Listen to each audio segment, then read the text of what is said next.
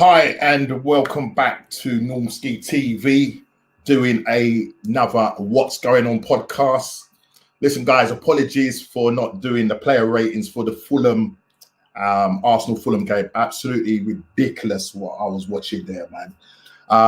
Boy, I don't even want to talk about it. The player ratings I was going to do, but didn't just get a chance to do it. Listen, there's more important things to talk about.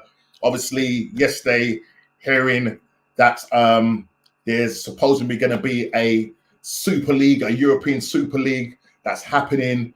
It's taken the football world by storm, and literally, it's just been the chat for the day. I've been talking with a few friends on the WhatsApp groups and stuff like that, and we've been talking about it. And I thought, you know what, let's get somebody on. It's his first time on. And Man United fans, we've had our banter, with regards to who's the best Premier League team and stuff like that. When he comes on, big United fan in many ways, and obviously he's very concerned about what's going on. I'm hoping to get Kofi on as well. He's going to be coming on a little bit later. A Liverpool fan. I was trying to get my mate David on, the Chelsea fan, but obviously he can't make it. But not to worry. Let's just get my good friend on, Mr. D. I'm going to introduce him to the world. I don't know if this is his first time. If I can find a stupid mouse. Where's my mouse gone? Hold on a minute. I'm using somebody else's laptop. I will find it in a minute. I've lost the mouse. Where are you? Come here.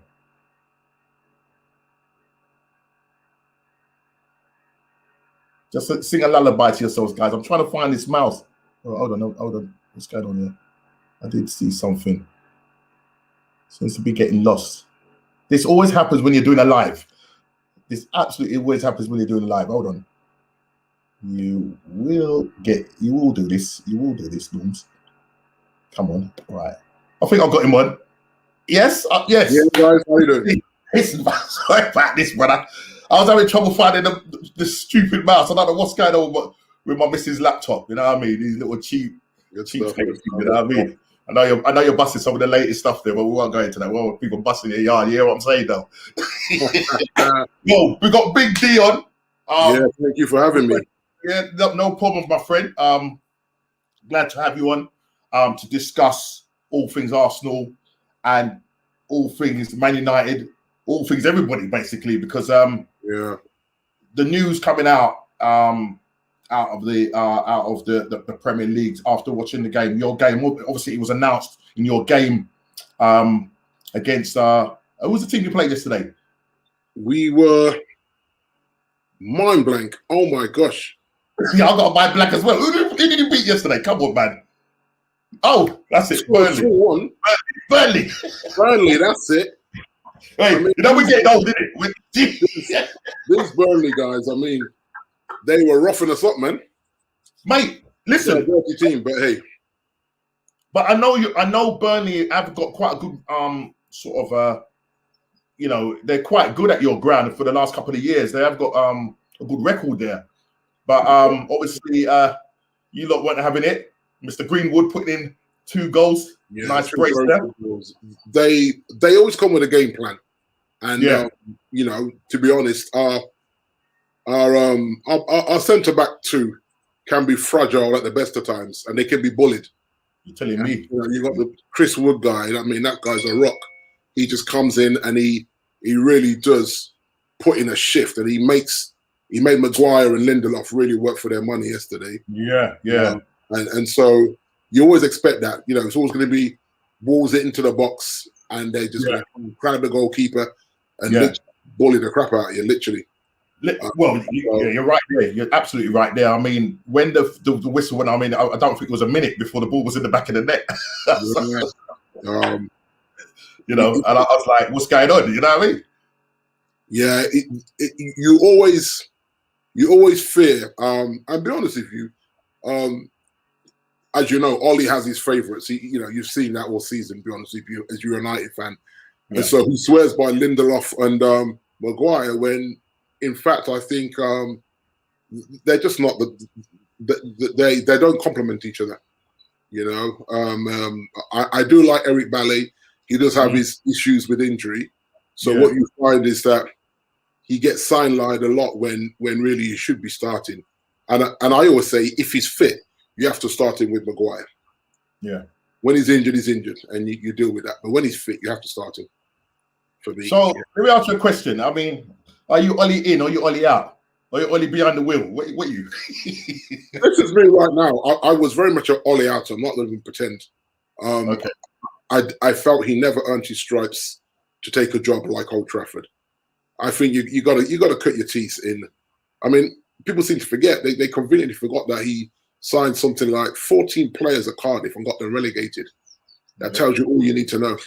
That you spent the guys' money and got that team completely trashed. So to get the Old Trafford, you know what I mean? For me, it's the holy grail. You know what I'm saying? I'm 52 this year. I've been supporting them since I was 6 years old. Wow. And so I'm invested in a sense of that's really is my team. It's not when we weren't winning anything, I'm still supporting. When all my friends were Everton, Liverpool fans at school and all that, because you know Everton was a team to be reckoned with then. A lot of them were Everton fans. I stuck and took all the banter from school days being a Man United fan. So yeah, it's mad. It really is mad. For sure. But for me, at this moment in time, there's no one who I can say I wanted Poch. I'm not even going to pretend here. I wanted Poch. We didn't pull the trigger on Poch, and so I don't know who you replace him in. So for now, has to be Ollie in. Even though tactically, I think, he struggles. Yeah, here we are, second in the league, Norman. Well, listen, but I'd rather be there than where we are right now. I mean, geez. But then, does that say more about our league? Well, listen, I mean, look, obviously after, you know, what we heard yesterday, I mean, I just probably was going to go into my game as well. I mean, listen, we're playing Fulham, right? We were 18th in the table. The only good thing is that they didn't do a Liverpool, and they beat the Liverpool 1-0. So I'm kind of glad about it. But saying all of that, you know, they could have taken that record because we've never been beat at the Emirates by Fulham. And yesterday, I don't know what was going on. After the Lord Mayor show, Arsenal turn up, inconsistent Arsenal. And that's what I've been pushing all this time. We're just too inconsistent. The manager that we've got don't feel is good enough. But you know what? They're still going to give him a job. And you know what? What's even more amazing now, because with all of this that's sort of coming out, the pipe work in terms of this new Super League, does it really matter whether Arsenal now try and finish in a European position? Because if this thing goes ahead, which it looks like it's going to, judging by some of the reports that I've been reading, does it really matter? And if you really look at the setup as well, which we'll go into in a bit more detail, no one's going to get relegated from that. Yeah, and currently it's making what's happening now. I said, like, we're second in a very poor league, as in the teams, what we call the top six, have all been, apart from City, have all been very inconsistent. So for us, Ollie came out and said he doesn't coach the team.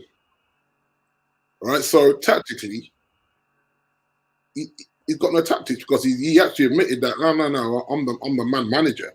Carrick and the other guy, whatever his name, Phelan. These are guys coaching the team. So, and we're second. And this is what I would say is that the players over the season have dug deep and actually performed for Ollie when there's been no tactics. We are, a friend of mine said, we are Moments FC. You know what I mean? Where a Don, not a Don here, Pogba, a Bruno, a Greenwood, Weldy from outside the box, foot or right foot. That's what has saved Ollie's job. Rather than tactically, we've outsmarted them. We broke them down because we can't break down teams in a low block. Blatantly, it really is like, and it's what I said to people that if Pogba leaves, I don't see Bruno re-signing. Well, just talk about Pogba. He's pushing for a 500k deal. Imagine. What do you think about that? Well, this right is and I've said this for a while, we are going the way of American sports. So if this Super League happens, there'll be no more transfers. There'll be what they call a draft system, where players are drafted in, given 4 to 5 year contracts. For argument's sake, a contract, £120 million. They will guarantee the player, for argument's sake, 60 to 70 million in the first 3 seasons. And then that rest of that money is negotiated in the second 2. So you either trade him or you renegotiate the remainder of the 120 million. Well, the remainder of the 70 that you've given him, whatever's remaining, you renegotiate. And I think I've said it when I lived in America and I came back in 2015 and started to see what was going on here, where we started to see football on every day of the week. And my wife said to me, "This is getting like America, isn't it? We're following the American model, where every time we come home from work, bam, there's a game on. Get a cold beer, get some food in the microwave, and there's a game to watch." And that's the American dream when it comes to sports. Listen, hence the reason why my title is #ESL. Is this the death of football, or in this case, English football? Yeah. Because what you've just said there and what you've just quoted and your experience of being in America and now coming here and seeing it now being unfolded. I mean, even in the chat, because we used to go hard on our chats, cussing each other.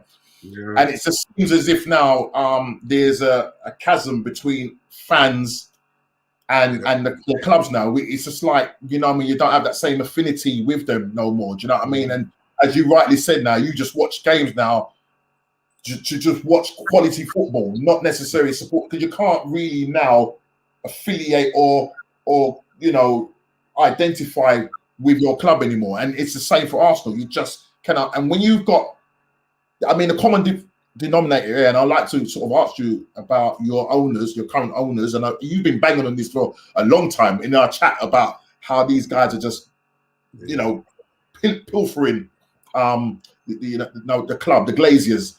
Now the Cronkies come in there. Wenger in 2009 called it.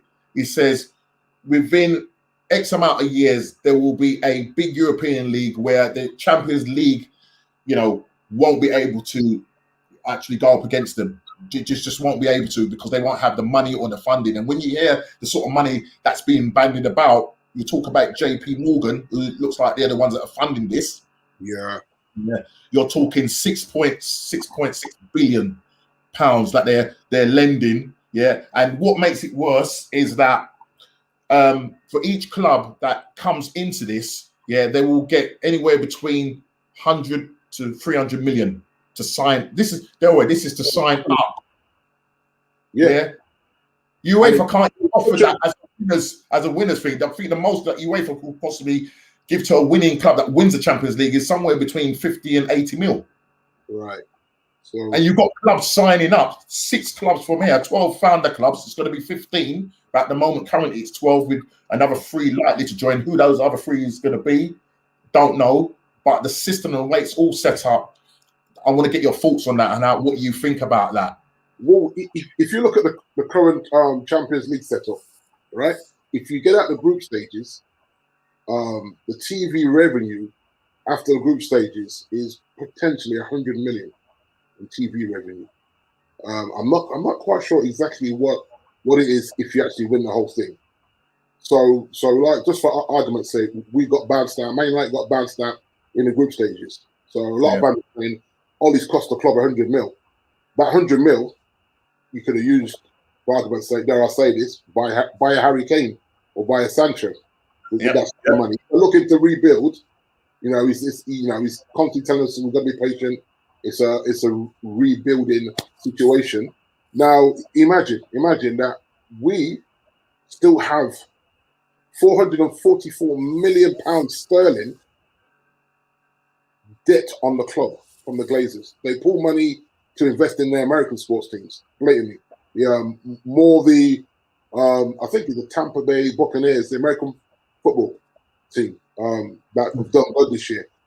A lot of that money got invested there to re-sign that top quarterback. So they pull money out with no excuses, Old Trafford, the roof leaks, right? And you go down on a rainy day, We have no giant screens to do the replays, no VAR. Imagine, we have no giant screens at Old Trafford. That tells you everything you need to know about the investment, even in the stadium. Forget about the training ground or just the stadium. That we got leaky roofs, and we got no giant screens to put on. That you can watch the replays and stuff like that. When none of that. Now, currently, they're saying that the club is worth about 1.6 billion US dollars. This is in 2020. Last year, in that COVID, they reckon the revenue was around 175 million pounds revenue, even in a COVID season with no fans in the stadium. Yeah. So, you know what? It's a worldwide brand. It's a global brand. Just, and most of the teams are, I'm well travelled. Pretty much everywhere you go, you'll see the Arsenal tops, the Liverpool tops, United tops.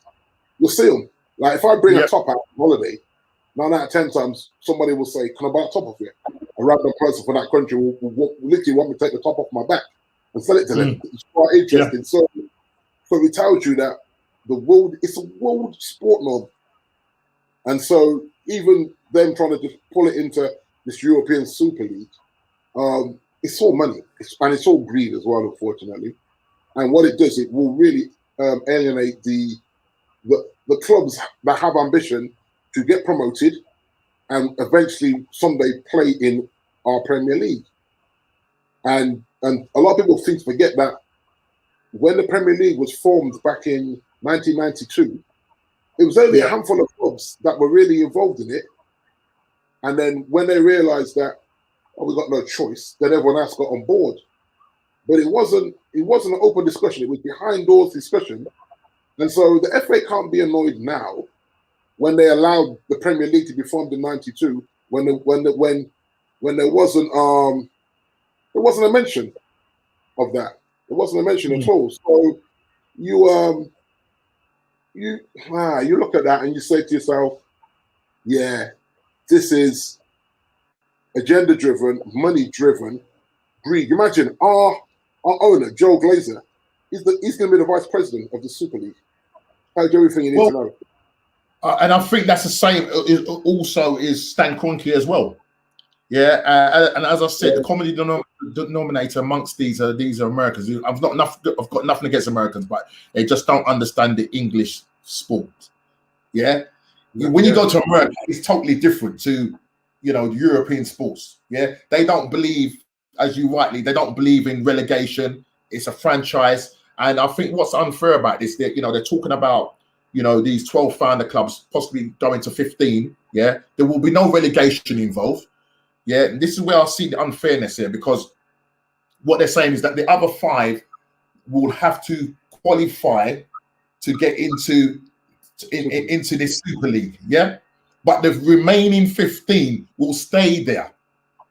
Yeah, but they will still get paid. They will not get chucked out. It's a cartel. It's a boys' club, mate. But this is how the NFL, the NBA, the hockey league, the baseball league, unless these teams actually go bankrupt, which is very hard to do in America, they don't get relegated. So all they do is fail to qualify for the playoffs. So the NBA, East Coast, West Coast, I think it's 20 teams. No, might not be even 20 teams, might be less than that per coast. But only the top 8 out of each coast advance to the playoffs to eventually get to the NBA final. So the ones that don't advance don't get kicked out of the league. They just have to prepare and trade better for better players for the upcoming season. And so if you know you're never going to get relegated, and you know that the TV money is going to be consistent, you're going to be competing to a point. What happens as well, this was said about the draft system. If you finish bottom of the conferences, you get the top pick out of college when it comes to the basketball and the football. So, and say if you want more players, you say, okay, I'm going to trade that pick, which would allow me to get a few more players. Rather than I get the best player in the league, I might be able to get 2 of the top 5 players or top 10 players in the league. And I think the football will go down a similar route. especially with how many American owners now own Premier League teams and influencing Chinese owners, Russian owners, i.e. the Chelseas of this world. So you look at it, Norman. I mean, we're now looked at like customers now. We're not fans anymore. We're customers. And you rightly said, come on. I mean, there's even talk about, and I was listening to another podcast, there's even talk about like when they're taking, say for argument's sake, they're going to have a lot of commercial breaks. They're going to have sponsors. Say it goes to a penalty kick and stuff like that. Yeah, penalty shootout. They're going to have different companies sponsoring these. I'm like, is this for real? And it goes on in America. And this is what you might find as well, Norman. They may even adopt the Formula One model, where they move games all around the world. Listen, look. You know how the Formula One works, where didn't the Premier League, they may put this kind of proposal on the table about clubs going around and taking I think it was like maybe the top 6 sides and going and playing in different parts of the world. Yeah. Right? Now, I've got a little bit of a problem with the Premier League in the sense that, you've got Gary Neville coming out and condemning the whole thing about, that, the clubs should deduct points and the players shouldn't get paid and whatnot. And yes, he said, look, I came from that. I'm earning money from Sky Sports and blah, blah, this, blah, blah, that. But this same Sky Sports will end up bidding, for TV rights. But the thing is, he will still be the one that's on the games. What they're saying is, the rumors are that Jeff Bezos and the Amazon Prime setup already has that locked down. So another American taking care of another American. So BT would have to go cap in hand, maybe to say, should I or shouldn't I allow them to stream certain games just to get a bigger viewing? Because obviously not everyone's going to be on Amazon Prime, even though people will sign up for Amazon Prime. Because there are games, even if you're against it, there are games you might say, I fancy watching that. Yeah. And, because there are going to be some big games to watch. So, you're kind of a bit of a, Yeah. Even if you're upset, Norman, even if you're upset saying this is a travesty, because of what it does, it does ruin the rest of the English leagues. It just makes I was going to ask you that question, D. What does it mean for the rest of the English leagues, going right down to grassroots levels? Because look, Florentez Perez came out and said that, and even like some of the people now, because as you well know now, your Woodward has left. He stepped down from the UEFA role. Man United have left the ECA, which is the European Council, whatever it is. So they've stepped away from that. All the clubs that have signed up for this have now stepped away from that. Yeah, right. So you can see that this is serious now. So people are talking about this is not civil war now. This is a nuclear war this is going on. Yeah, and it's going to have some massive ramifications in terms of how the money gets. At the moment, the Premier League has a policy where the money gets distributed right down through the Premier League. Wherever you finish, you will get X amount of money. Yeah, because if you get relegated, no, you get a parachute payment. Yeah, so if you can get relegated and come back up in the next season, you don't lose any money. You keep the parachute. Yeah, and so that straight away, you look at that model and you think, wow. And like you said earlier, if people are resigning, they're actually convinced that if whoever, the Premier League, UEFA, FIFA, or whoever, tries to take them to court, that they'll win.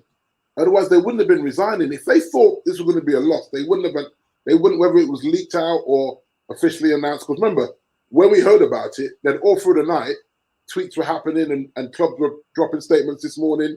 And I thought they were all confident. And imagine, most of the managers never had a clue this was going on. They were kept out of it. Yeah. Hence the Mourinho thing. Right. I mean, we're gonna. I lost it. I think I've lost you, DD. Yeah, we're gonna come on to the Mourinho thing a bit later on because there's some interesting things there as well with regards to why.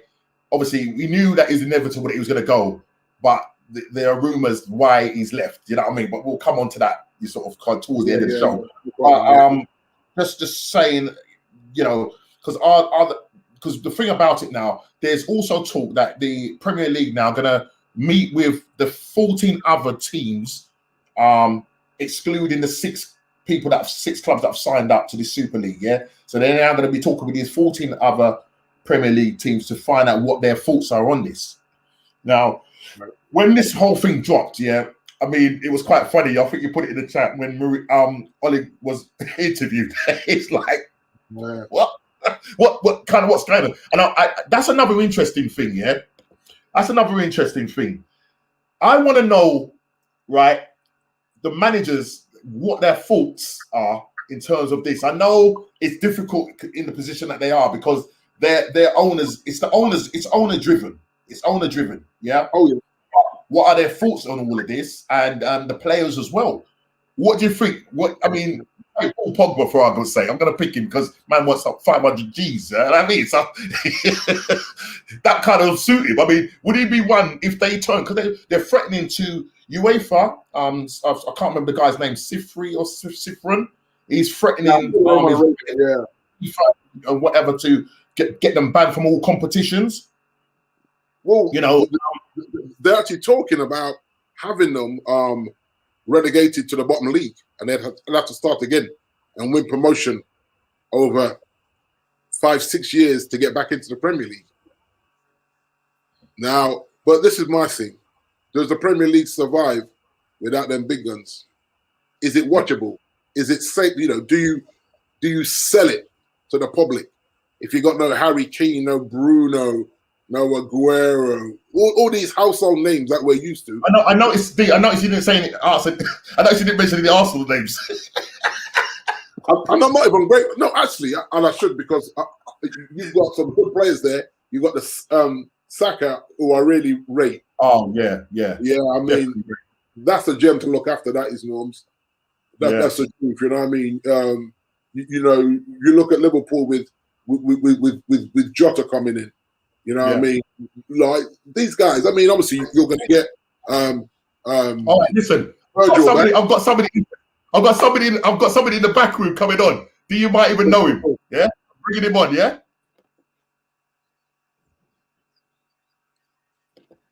Yes. What's going on? Yeah, so brothers. What's going on, man? How you doing, man? Oh, good. We getting there, man. Glad to have you on, man. You call that Normski in the house. Listen, I see a Father Christmas going on there right now. Yeah, man. Yeah. Just trying to do a thing, you know what I mean? Bracing the grain, man. I hear you, bro. I'm just trying to convince my boys that. Well, listen, I don't know if you've been watching my shows, yeah. I had proper hair. Yeah, it's all gone today. Yeah. Sorry. My missus gave me one piece of look today. She said, "What you gave with that?" Yeah. I hear you, man.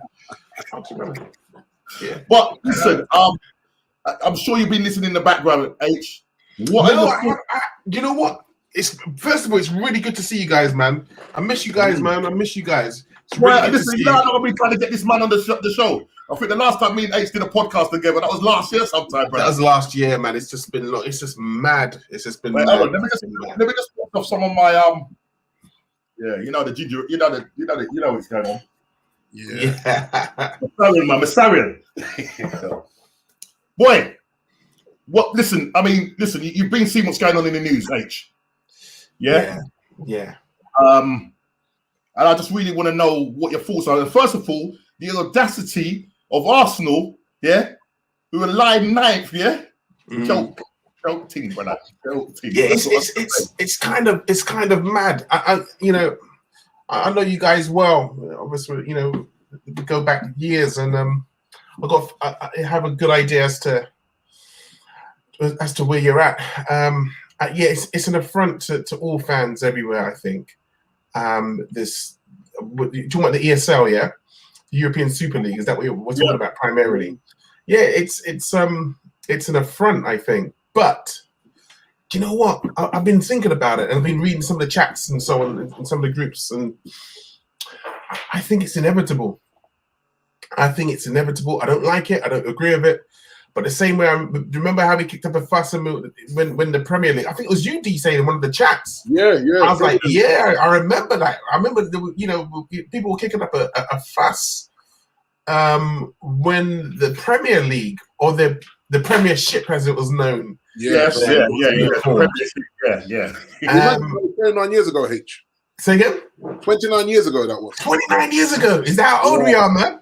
92. Jeez. Wow. 1992, mate.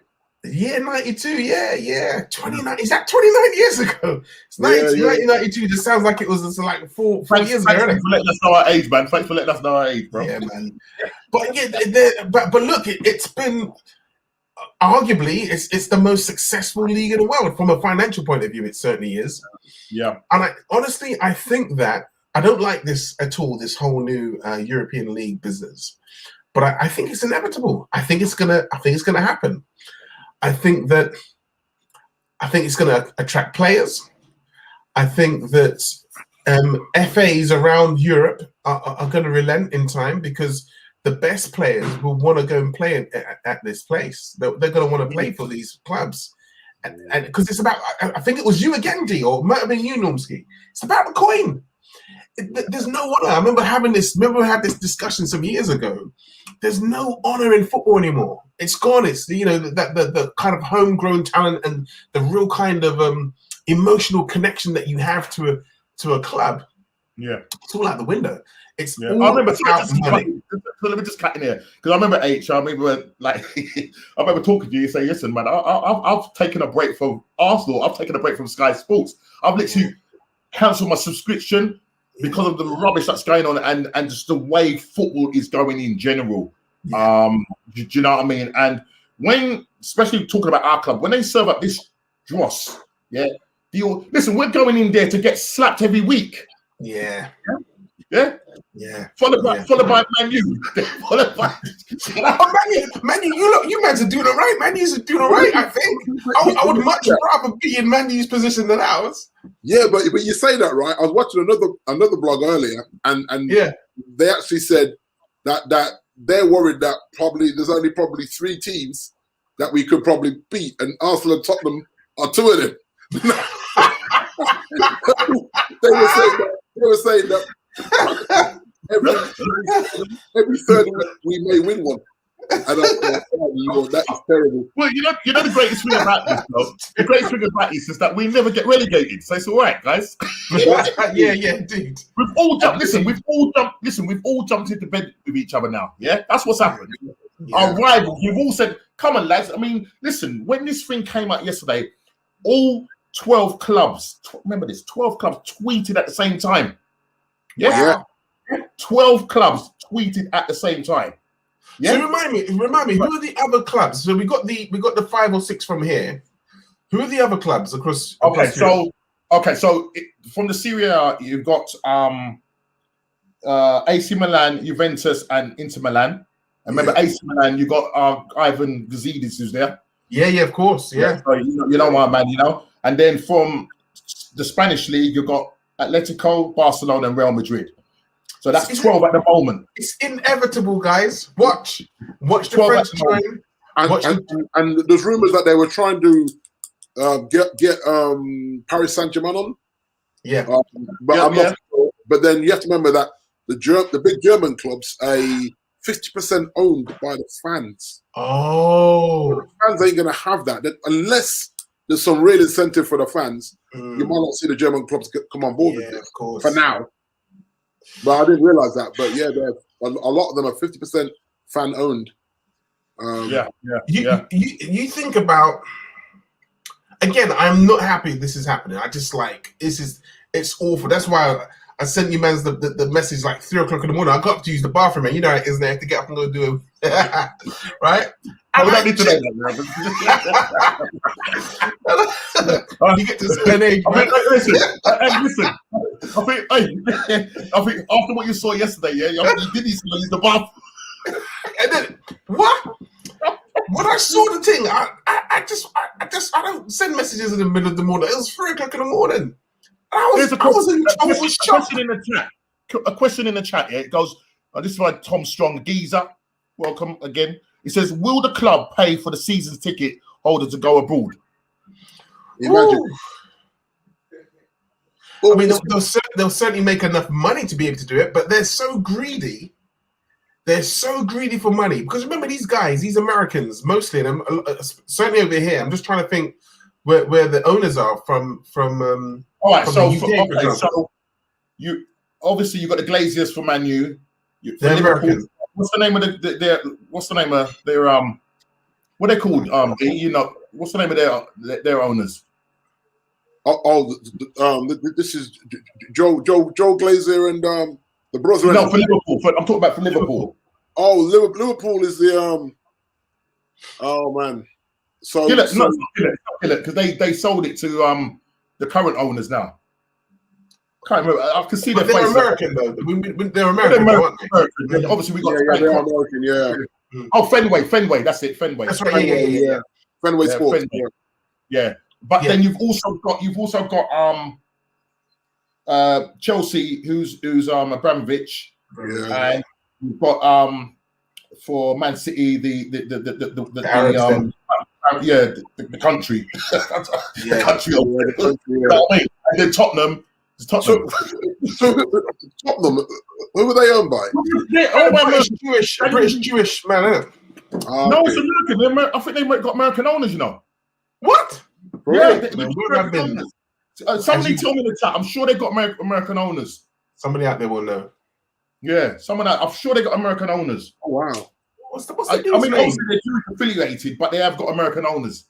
Wow, I didn't even know that. But the names are of them. But yeah, I mean, as I say, and as Dee was saying earlier on, that in terms of the setup of the Super League, yeah, you've got Florent Perez as the chairman, and then you've got the Glazier as one of the assistant and the coach. Yeah, Joe's going to be assistant. Wow.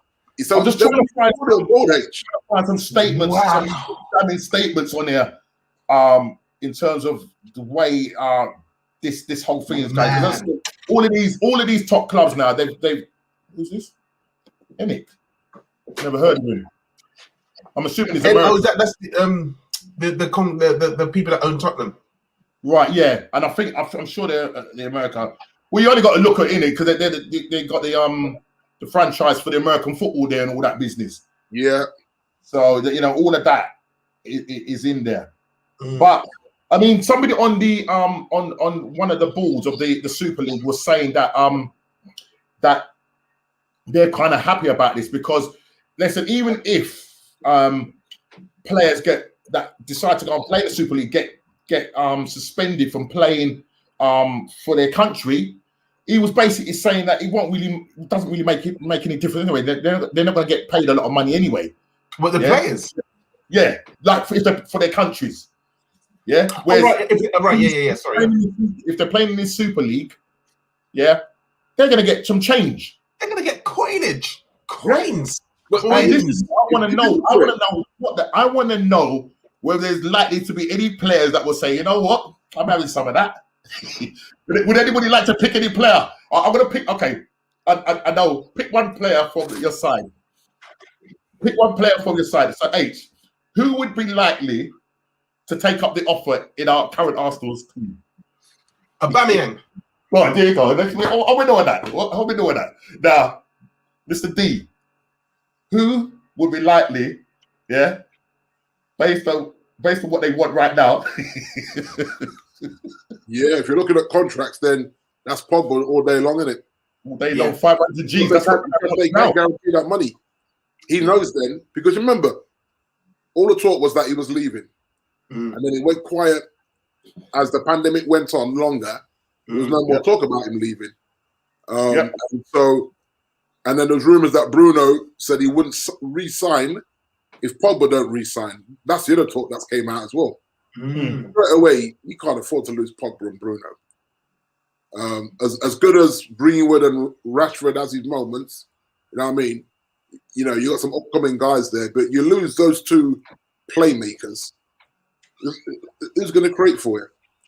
For real. You know, so the bigger picture is that if Man United do jump ship with whoever's going with them into this, that sort of money is like, yeah, man, Yeah, I mean, I don't know too much about sport laws and all that business, but you know, obviously UEFA are saying that. I've got a question as well, you know. But go on, no, sorry. Yeah, I was just saying UEFA, you know, are going to the courts about this, yeah, and about trying to see if they can suspend players or clubs if they do decide, because it looks like they're going ahead with this regardless.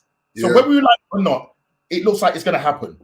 Yeah, it really does look like it's going to happen. What's this? April 2020, the Tottenham owners are Any International Limited. They are a right investment company run by Joe Lewis, and they're registered in the Bahamas. Bahamas, tax haven, isn't it? Tax free, man. Yeah, tax free. There you go. Tax haven, boy. Oliver Dowd, is it Dowden? From the Conservative,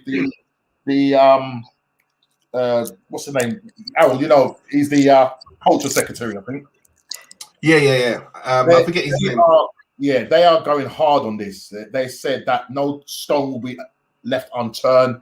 Governments are going to get involved.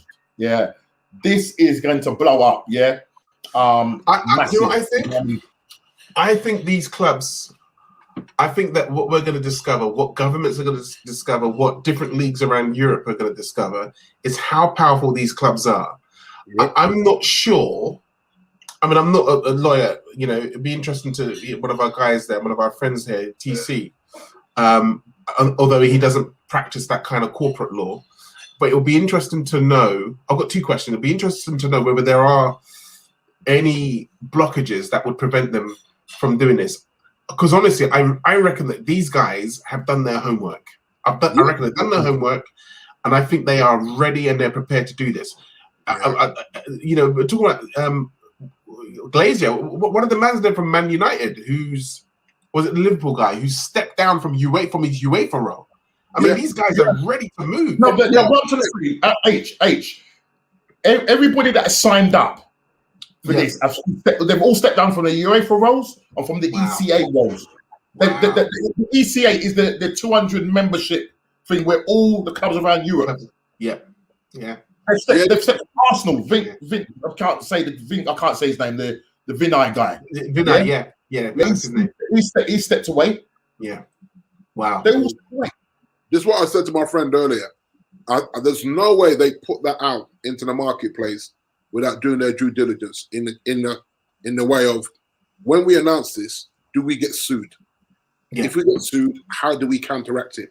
Yeah. I think they know exactly what they're doing, hence why it's out. And they did it. You imagine that semi-finals of the Champions League are pending, and pretty much the same with the Europa League, and then bam, you drop this with what 7-8 games left to go to the end of the season.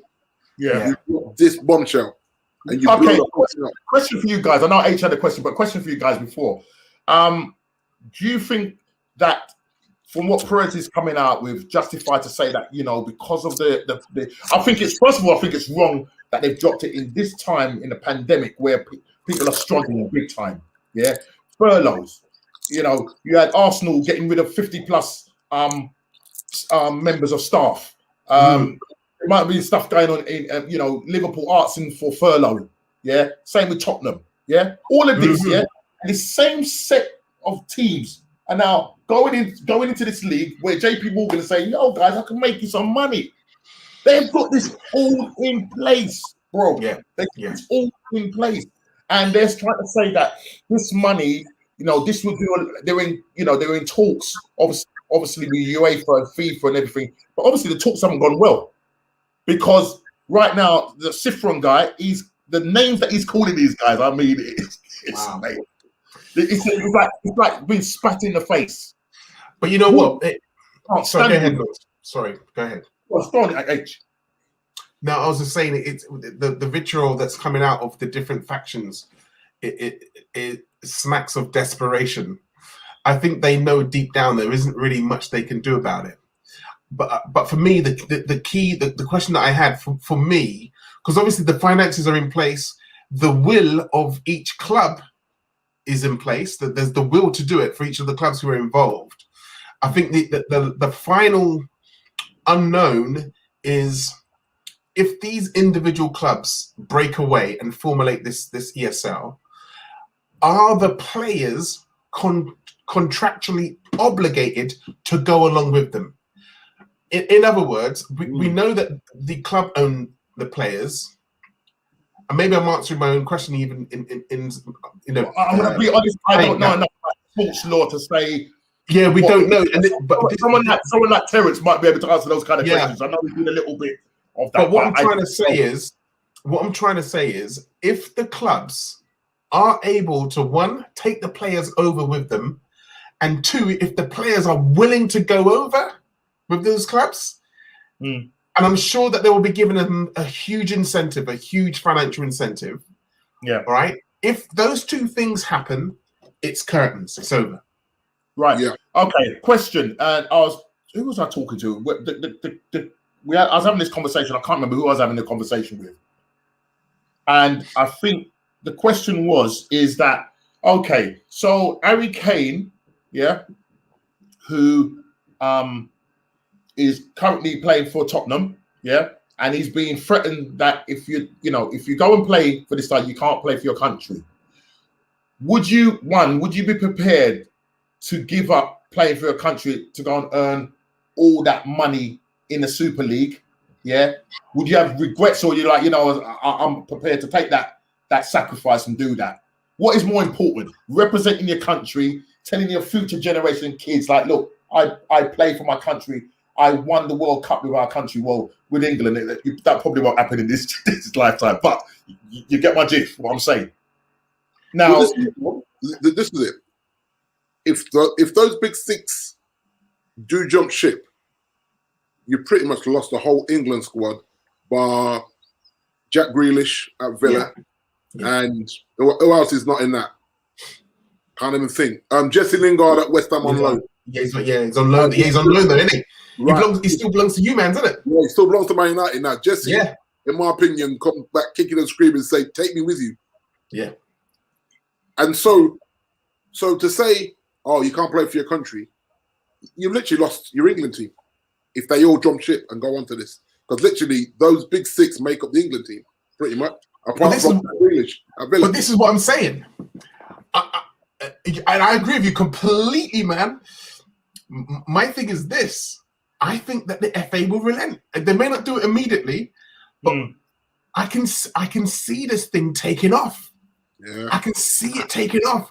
And I can see things like the World Cup being diminished in terms of its appeal. You understand what I'm saying? That's going to be the Premier League. That's going to be the same with the Premier League. Yeah. Basically, this Super League is competing against the Champions League. I don't know if you've seen the new proposals that have come out for the 23-24 season, where they're going to increase it from 36.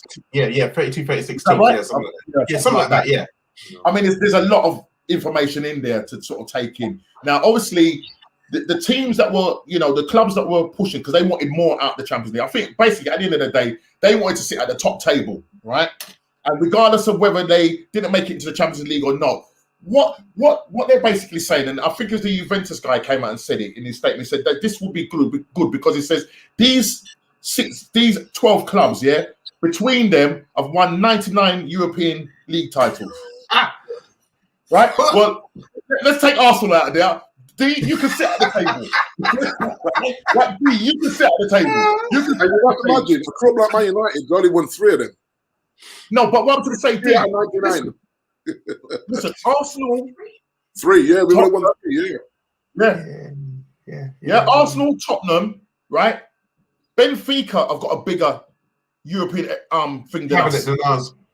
Porto, Ajax. And Liverpool have won 6, right? Liverpool have won 6. Chelsea won it twice or once.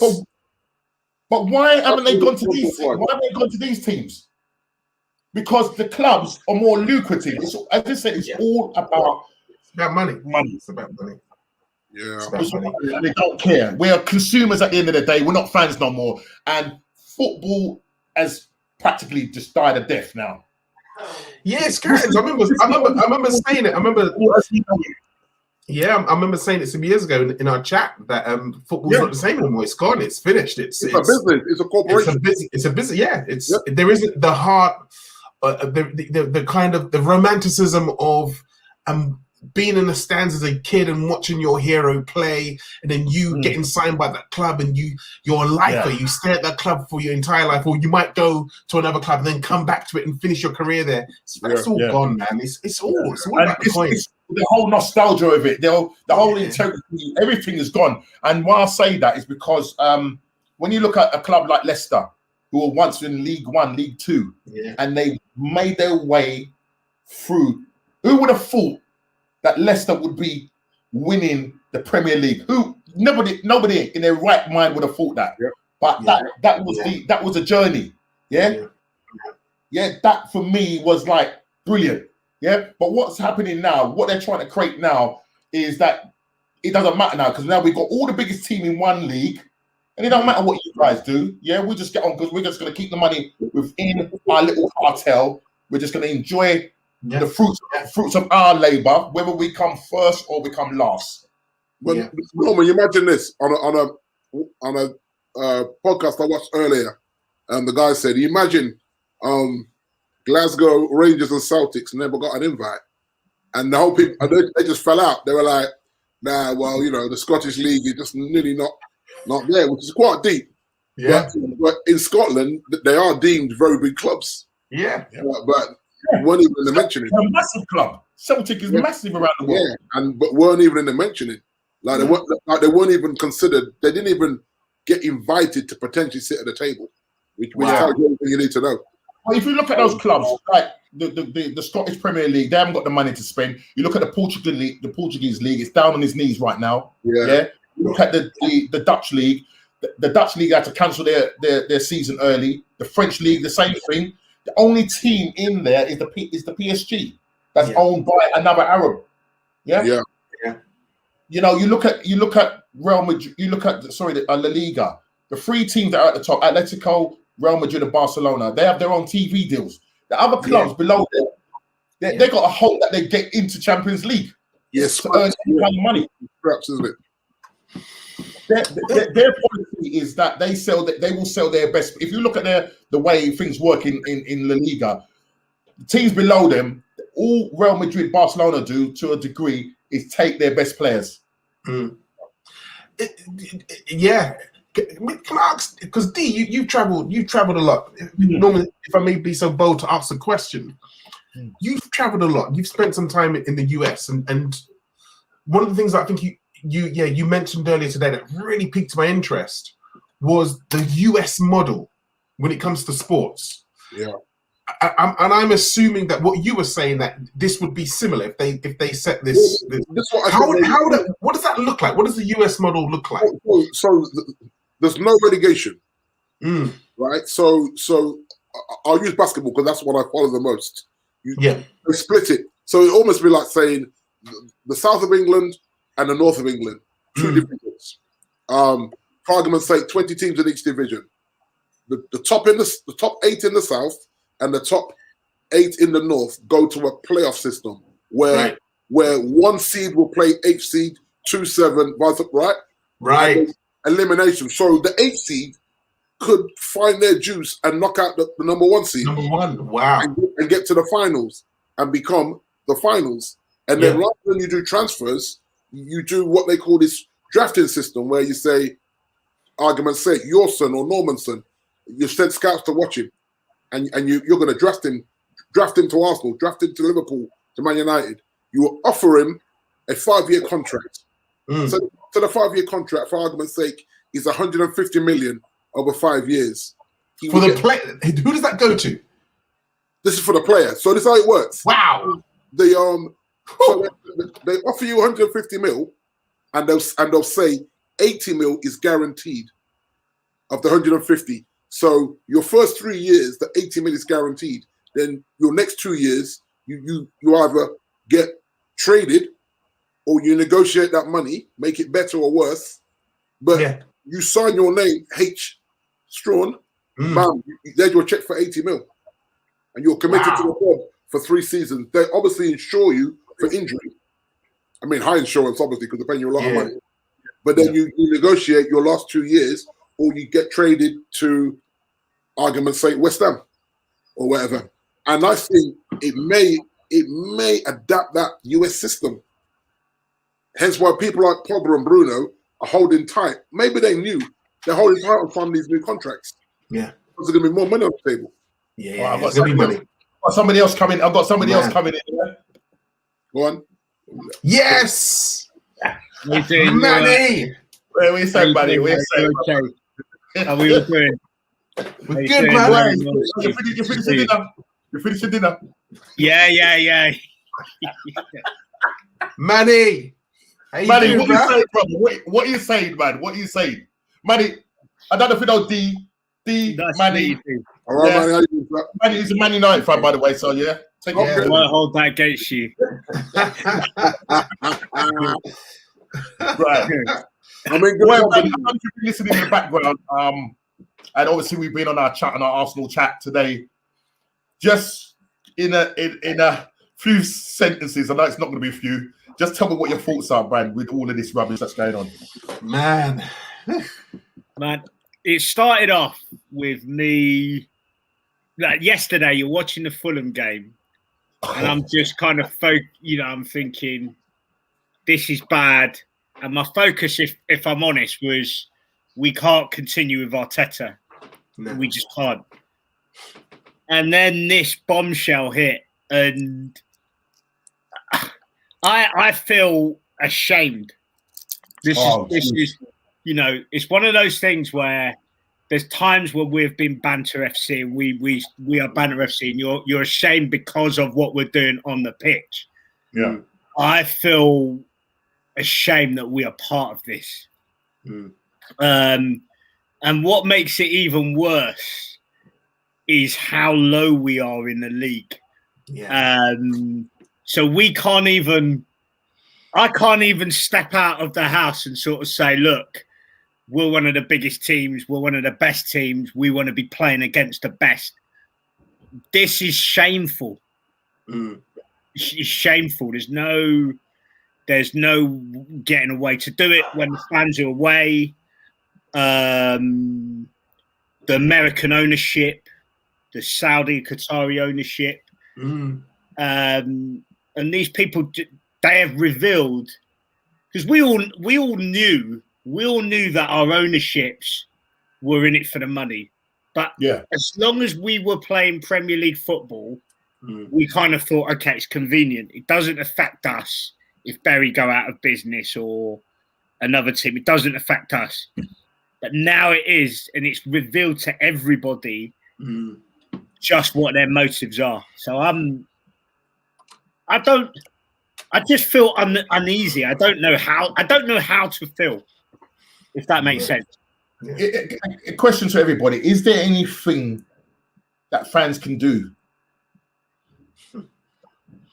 I think that we're completely disenfranchised. I think we've been disenfranchised for longer than we. I mean, if we are, this is just my opinion. You guys may feel differently, others may feel differently, but I don't think we have a voice. I don't think we have any power. I think those days are gone, and they've been gone for a long time. I think, man, I sound so negative and like a doom merchant, but I think that we've been kidding ourselves as fans in terms of the influence that we might have over clubs or over our own club. I just don't think it's there anymore. But I was listening to another podcast, and they were saying that with with fan channels, like what's happened is that they've brought it to light in terms of the attention to. Because if we didn't have fan channels, there wouldn't be no voice. Yeah, there is a voice, but there's probably not a lot that we can do. Yeah. Somebody just put in the chat, there's no voice at all. We got no voice whatsoever. You know, we got no voice whatsoever. You know, we got no voice, but we've got to do. I mean, would boycotting the games, but not buying the merchandise, is that going to make any difference? No, because it's just a little snip in the ocean to any of these clubs. Yeah, because you talk about match day revenue. Arsenal probably got the biggest gate receipts. Yeah. But it doesn't matter. Listen, you think about how many shirts and training shirts that these guys have brought out during this lockdown. Yeah. When it's been announced, we're the 8th richest club. I mean, okay, maybe some of you might expect us to be higher. We're the 8th richest club in the world. And that's still huge, Norman. Fashion brand. That is still huge. But this is what I said with the traveling. What the fans getting from this? They even tried to get us to be paying.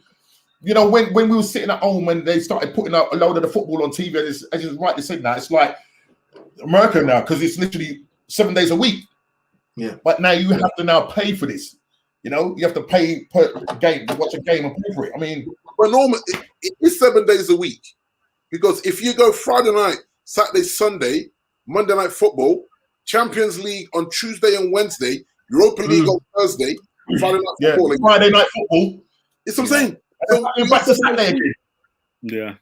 And whether it's on BT Sports, Amazon, Sky, they're all fighting, jockeying for position to show these matches. Yeah. So they really want you every night to come home, get a plate of food, a strong drink or a beer, and watch football as you unwind from a day's work. Yeah. And that is the American model. In their case, put the barbecue on and bring chicken wings inside. You know the ones? Outside on the outside screen. And when I came back from America in 2015 and started seeing how sports was going here, I think I said to these guys on our blog, man, this is like America, man. This is going the American way. So many things I saw back in England where I thought, this is going the American way. Oh my gosh, my lighting. Sorry about that. I agree. I agree. I think, I mean, it's clearly this kind of franchise system that they're going for, where they're sort of thinking, look, the fact that Arsenal are based in North London doesn't matter to the owners. You know, this is a global, they're looking at it from a global perspective, and they don't care about just the UK consumers. They're thinking about the Far East consumers, the people, you know, Asia and Africa. Huge markets, huge markets. And it's interesting that they've decided to call it the Super League rather than the European Super League, because there's a lot of people who are saying that in time we could see the entry of clubs from other territories. Boca Juniors. Right, exactly. Yeah. So what can we do? I don't know. I don't, but from this is it strikes me that the only people who are in a position to do anything about it are governments. Do you think that's what I'm trying to say? Do you think that the governments are going to be? Listen, I listened today, as I said, to the culture secretary today, and they said we're coming down hard. You know, we under no circumstances this is going to go ahead and whatever. So, I mean, with the money that this JP Morgan has invested, you know, is there any going back, or you know, is this something that's going to be fought out in the courts? What? But no, I don't see it going to courts, because what was really interesting is if you call the Man City, remember there was that Man City trial where they were going up against UEFA last season. Yeah. And UEFA found them guilty, and then Man City basically put together a really strong legal team and overturned it. Yeah, you look at it's a billionaire's row. What legal system is got UEFA can't challenge them on a legal basis, because their legal teams will blow them out of the water. The only way I could see it stopping is if, you know, let's say from a British point of view or an English point of view, Boris Johnson says, look, the Premier League is a massive asset to the nation in terms of it has a political significance in terms of soft power, I guess, is the kind of way in which it's described, where you're able to influence foreign territories through the product. And they may fear that they will lose that if it becomes this kind of European or world entity. But are governments are they going to care? Can the billionaires influence them? No. You raise a really good point, but that what you're saying is a kind of, governments would approach it from a kind of moralistic point of view. What's morally right? You know, this is a sport that belongs to the people, and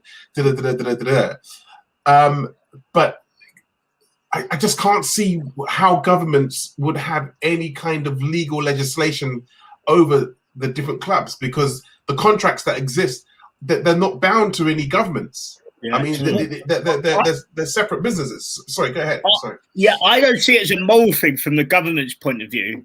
I see it as being it would be a calculated move to say the English Premier League is a major export product for the country.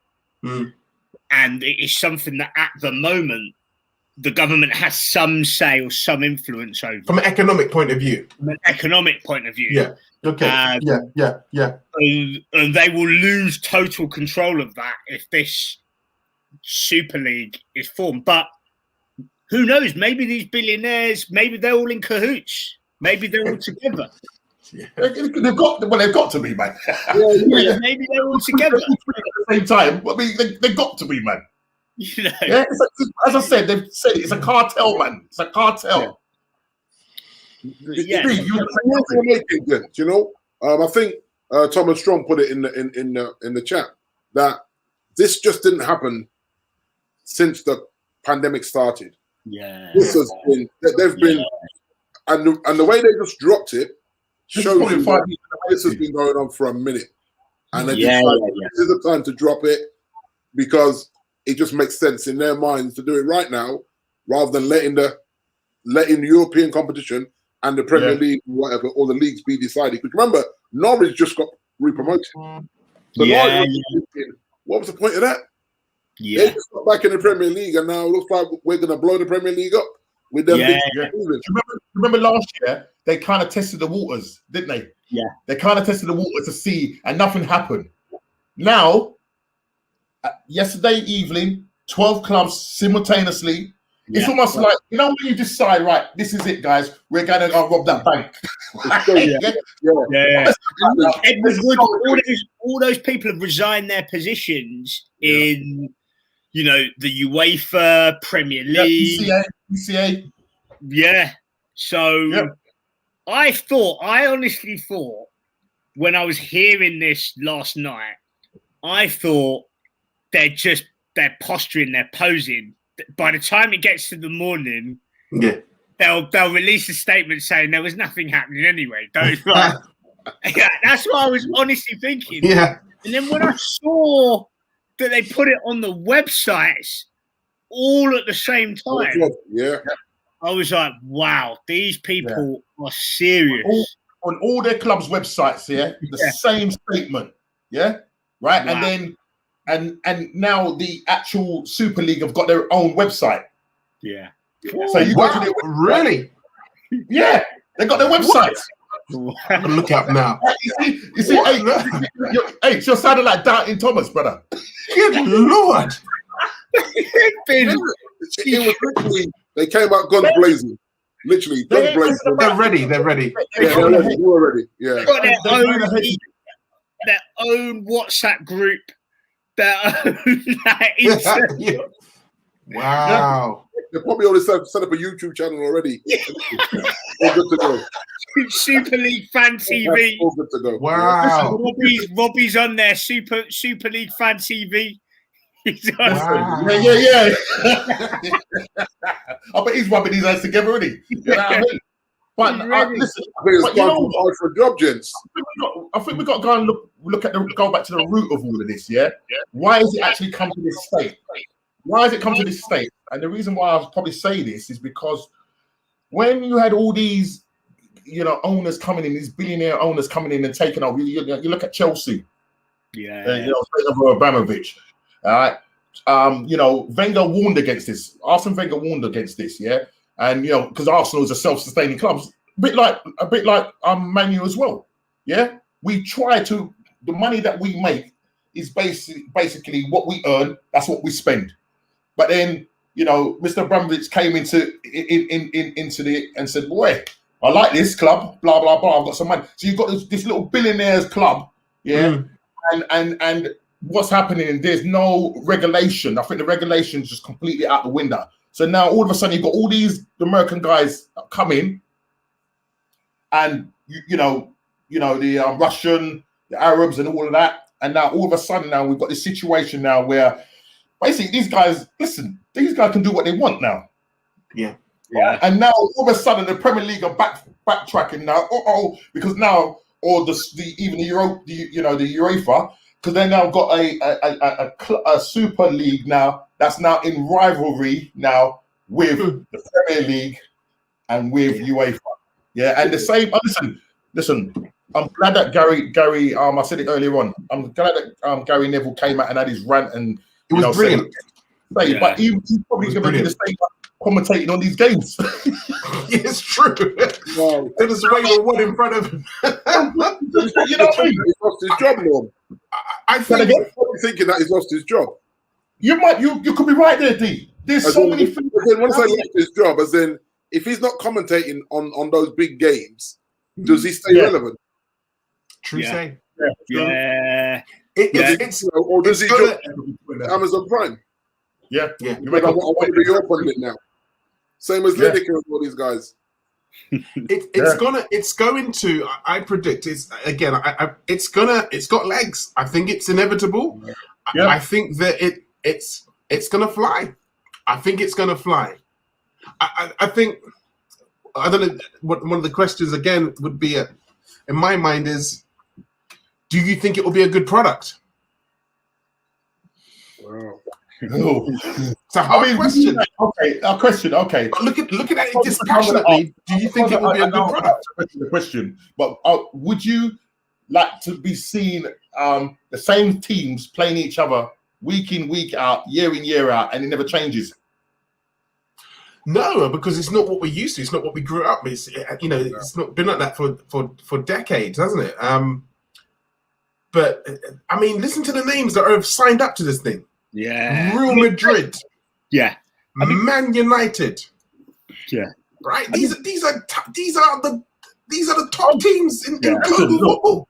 Listen, the devil's advocate, and this is. I'm not saying that this is a good thing. The argument will be, isn't the Champions League already effectively a Super League? Because no team outside of the names that have been named, let's assume that PSG, Dortmund and Bayern will come on stream. Yeah. But no team outside of that group is going to win the Champions League. Right? Very true, yeah. And so these are the teams that are always in the knockout stages of the Champions League. And then you also got to factor in that the individual domestic leagues have become less and less competitive. Yeah. So we have in France, was it PSG? Is it 9 in a row? Just PSG. Yeah, it's just PSG. Juventus in Italy. You might argue that Man City, if we just look at the last 5 or 6 years, dominating the league there. Yeah. In Spain, Barcelona, Real Madrid, who outside of that has got any chance of it? So, and even outside of those kind of big 5 leagues, you look at the Greek leagues and the Dutch leagues and the Portuguese leagues, they have turned into a cartel. So you might also say earlier. Yeah. So cartel. So one way in which it could evolve is you get a Super League 1 and a Super League 2, and then you get a second division of the second tier, which we'll probably get relegated into. Right. Yeah.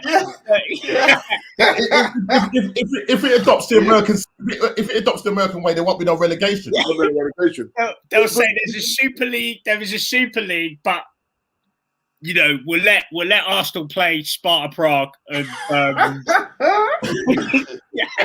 No, but I think the current setup that they've got, where you have the 15, eventually will be the 15 founder member teams, that will always get the money, will always be there, and then the teams from their respective leagues, if they do well, will have a chance to come in, qualify, come in and say, "Oh, I'm invited to the party." Yeah, play a couple of games and you're staying there, but it's almost like I don't get it. They're gonna want in. They're gonna want in. I don't see how, if you're Ajax, like you are going to say we want to be part of this. Yep. We ain't going to be sitting here waiting once every 5 years to join this party. they're going to say, okay, if it has to be a kind of a sort of an East or Western Conference thing that goes on, we want in. For the Portuguese team, they're going to be, we want in. How come teams like Benfica or Porto are going to say, we want in? Yeah, but that's what I'm saying. I think that's where I think that these 12 people, 12 clubs, for me, haven't got no class because they literally didn't even talk to any of these other clubs. Yeah. But Norman, it's twofold, right? And a lot of people seem to forget, right, that UEFA changed the format of Champions League purely for greed, TV money, and everything. Remember, it was only when you finished top of your league did you go to Champions League, and then and now you can go top four and go. But people seem to forget that Champions League. Well, the old format of the UEFA Cup was whoever won your domestic league went and played all the other European teams that won their domestic league. But then I realized that there's some good teams that we're missing out on here. Yeah. Let's make it a group stage thing and create this whole. So they created the monster that needs of extended on. Yeah, true. Yeah. You know what? True, very true. I think. You have teams. Sorry, just quickly. You have teams winning it that weren't their league champions. There wasn't their domestic champions, yet they won the Champions League. Yeah. Because they got there and found form.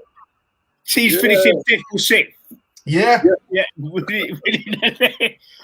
you know what? I think this is going to sound out there. I actually think the rest of the Premier League are going to want in. It's inevitable. It's inevitable. This thing. They're going to want in. They're going to say, we want in. How's that going to work?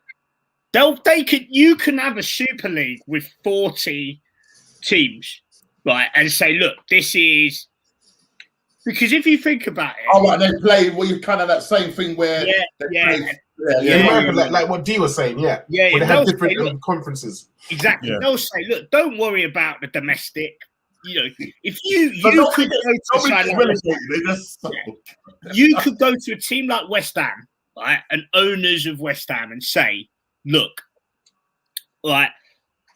We know that you're currently annoyed about not being part of this Super League, but what if you could be part of a group of 40 of the best teams in Europe and you play 30, 35, 40 games per year against the other top teams in Europe or the world, then you never have to worry about relegation. I bet you Everton, Leicester, West Ham, they'll all sign up. Yeah. So that simply means then the Premier League has died a death then. Yeah. I think today for me, sorry to cut across the man. Yeah. Today was the death knell. Today is significant. Today's announcement is so everybody's jumping up and down about it because they know how significant, and I think even possibly they know how inevitable it is. For me, it's inevitable. I mean, I could be wrong, obviously, but it's for something like this to turn around now. I just can't see it. The only question is what we were saying earlier, Manny. We were talking about the technicalities around contracts and who owns the players. Is it a bilateral contract between the player and the league? And if these clubs do move over to the Super League, are the players contractually obliged to go over? You understand what I'm saying? Yeah. They'll find a way. You can't. The Premier League and the World Cup and whatever remains of Champions League cannot run without those players. Yeah. And if you're a player, if I'm Marcus Rashford and I'm on 250k a week, it's great that I fed the children, but you're not taking the 250k a week away from me. Marcus. Right, you ain't. I'm not. Why am I going to give up my money on this principle? I'm just here to play football. Yeah. So they're they'll find a way. But I think we're going to have a big Super League. Eventually. A lot of the fans, if you think about it, if they had launched the Premier League being part of the rest of the Super League, I think a lot of the heat around the debate would have gone. Yeah, probably. Yeah. But because it's a select few. Yeah. I think that's got a lot of bodies backs up as well. Yeah. And I think what makes it worse, I mean, for us, as you said rightly, Manny, when you hear that news and the way your team is performing, what right have we got to come to the table and say, we're part of this super league? What have we done?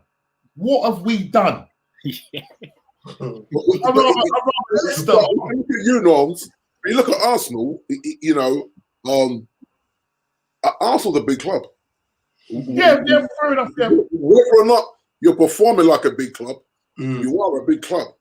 And I think that is recognised that you got brought to the table. Because they say, well, if you can do that, you've got to bring Arsenal in. Just because of how Wenger transformed Arsenal and then going to the Emirates, that was a big deal.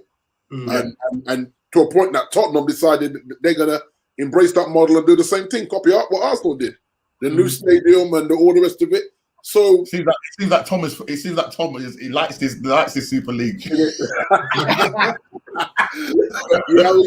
Thomas, we see you, bro. We see you. So it's about the product. You think about the product, man. The product. I don't like it. It appeals. Yeah. I think, listen. The actual think about it.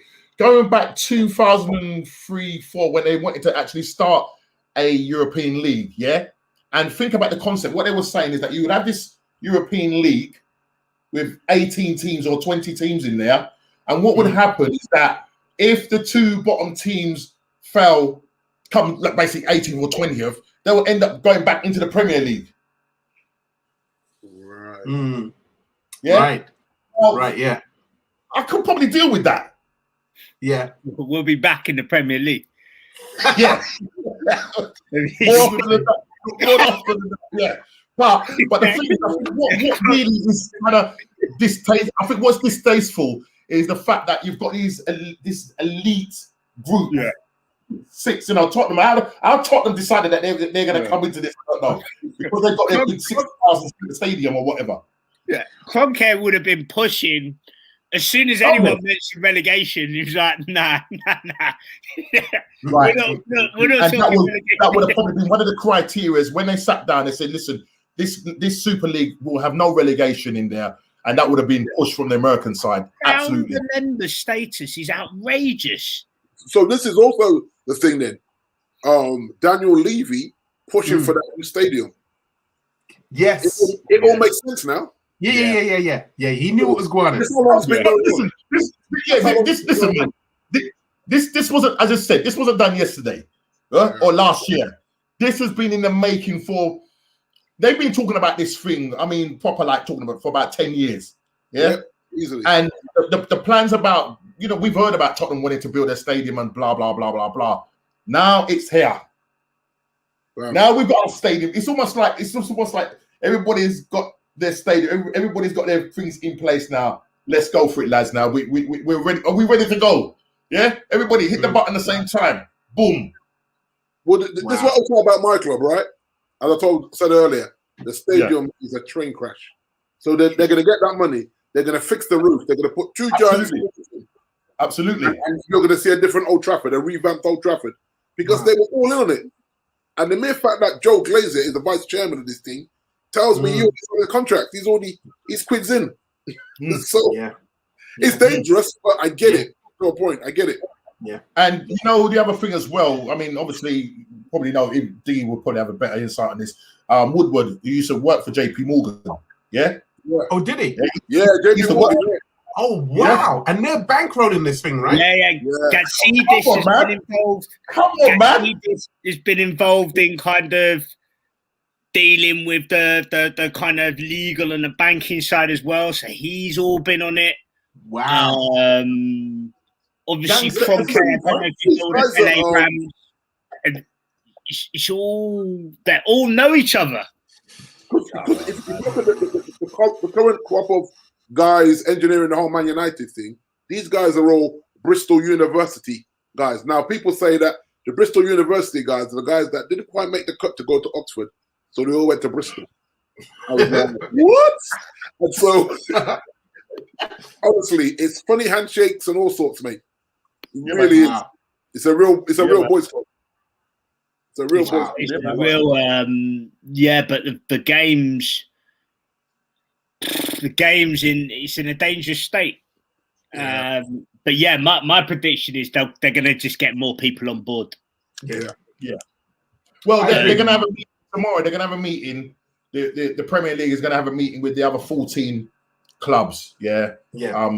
Barring the six haven't been invited. Sorry, they haven't been invited. So we'll see what comes out of that.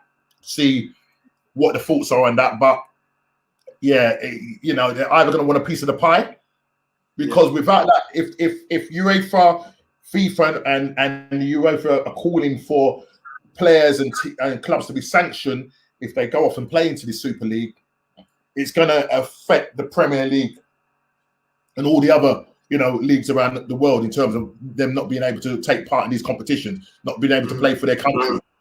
All of this. It might mean Harry Kane making a choice of saying, well, you know what, if I want to play for England, I might have to sort of go and play for Everton or something like that. You know what I mean?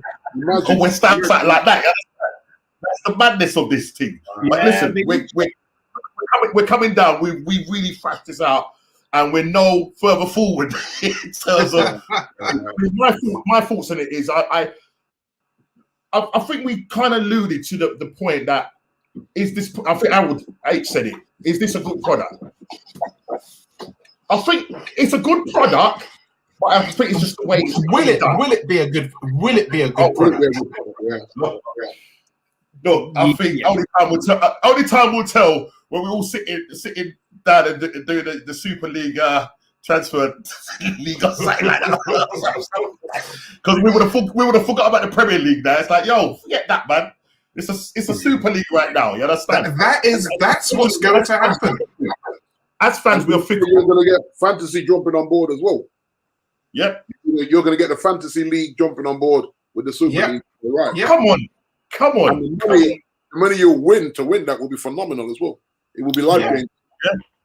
Yeah. I mean, they're already pushing into it. It's going to be, like Howard said, if this has legs and it runs, woo. Yeah. I mean, I don't agree with it. I think the product will probably be brilliant. Yeah. I mean, the Champions League is a brilliant product. Yeah. You watch the quarterfinals.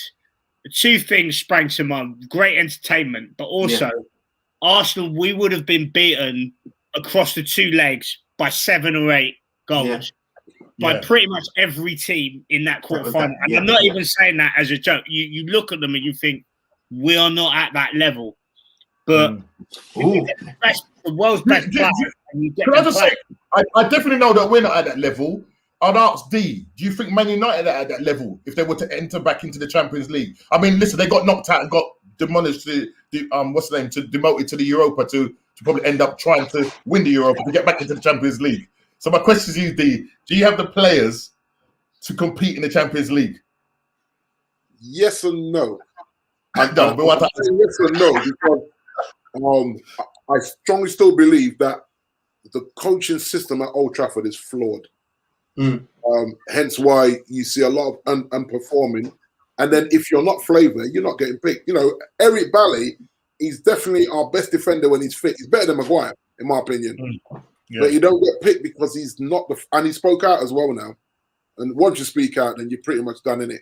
So if the coaching staff went, including the head coach, and a new team came in with that current squad, and you add maybe a Harry Kane or a Sancho, I think we can angle ourselves because there's some talent there, and there's some young talent that is emerging, just like you guys with Saka.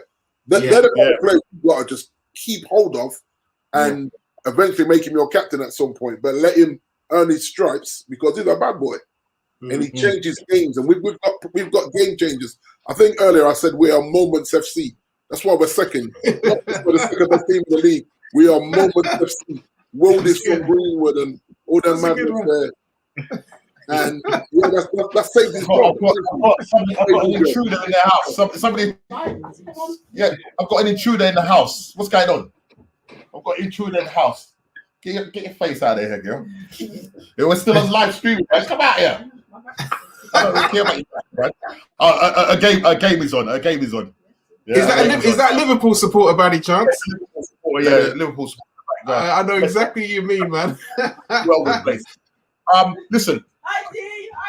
Right. Listen. I just want to quickly finish on the Maureen issue. Yeah. Sorry, I did want to ask a really super quick question. Yeah.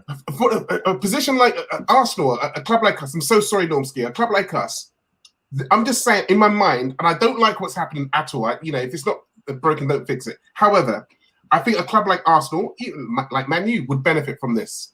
I think more money comes in, better coaching, better players, better situation, better team. That's what I wanted to say. By the way, Liverpool 1-0 up. Oh wow! And you guys already have a good stadium. Yeah. Say that again. So you're already there. To market. You turn up at the Emirates and you see a state-of-the-art stadium. You turn up at the Spurs and see the same thing. You turn up at Old Trafford and see leaky roofs and no screens. But hey, we'll fix it. They have to fix it. The money's there now. The money will be there to fix it. Yeah. So, listen, I want to kind of finish on. I want to just finish on the Maureen situation. The man lasted 17 months at Spurs. Just quickly give me your thoughts on. Just say there was rumours.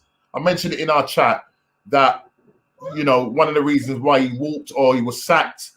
He refused to train the players because of this whole ESL situation. Yeah, first team squad. I don't know how true that is, but a lot of people have been saying. I don't do Twitter myself, but I've heard from people that have read it that is the case. But just quickly, your thoughts. Let's start off with D. In terms of, he's obviously managed your club, D. He's now.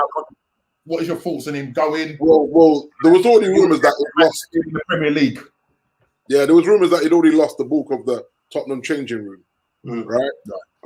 After the weekend, where he again got it horribly wrong, he kind of blew himself up again because he realised he wasn't going to chat. And that's how I know he didn't know about the Super League, because he's got in his feelings because he thought, right, we're going to struggle for a top 4 finish here. Now, the money they've spent, the debt they've got on the stadium, they've got to qualify for Champions League. Yeah. I think that was his. When he came on board, he was told that. Even if you don't win, you're going to get top 4 because this is what Potter was doing, and we fired him to get you in. Yeah. And so I think that he's realizing that, and I'm really. No, someone said to me he's called the special once, which is a bit hard. It's a bit hard. It made me laugh, but it's a bit hard. But I still laugh at it. So I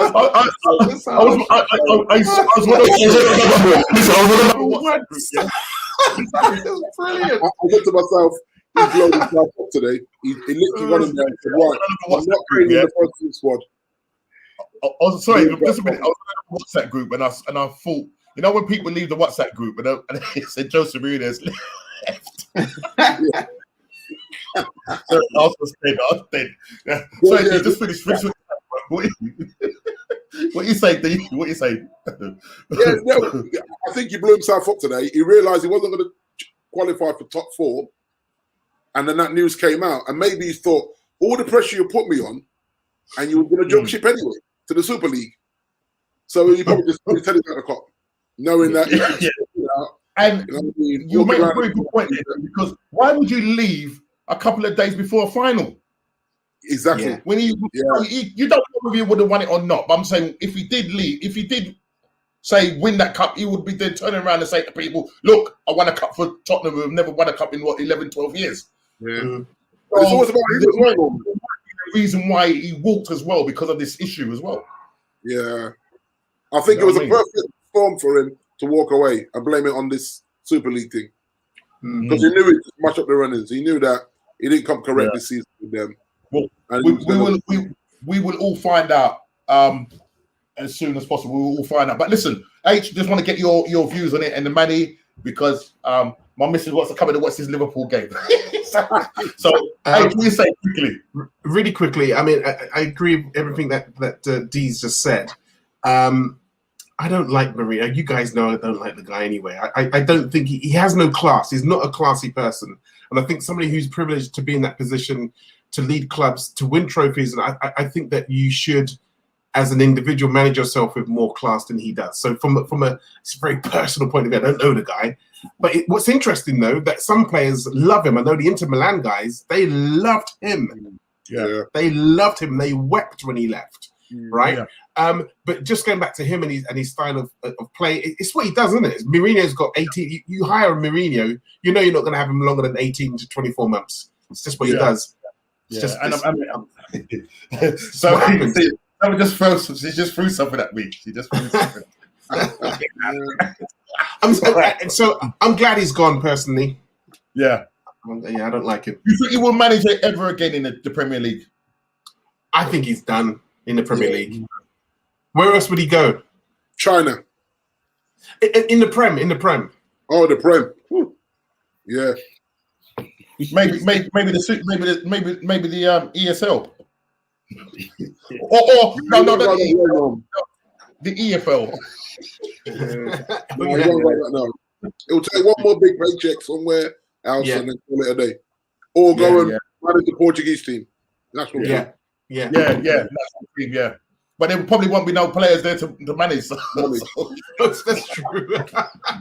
That's true. Listen, Manny, let me say your views. And we're gonna call it a night.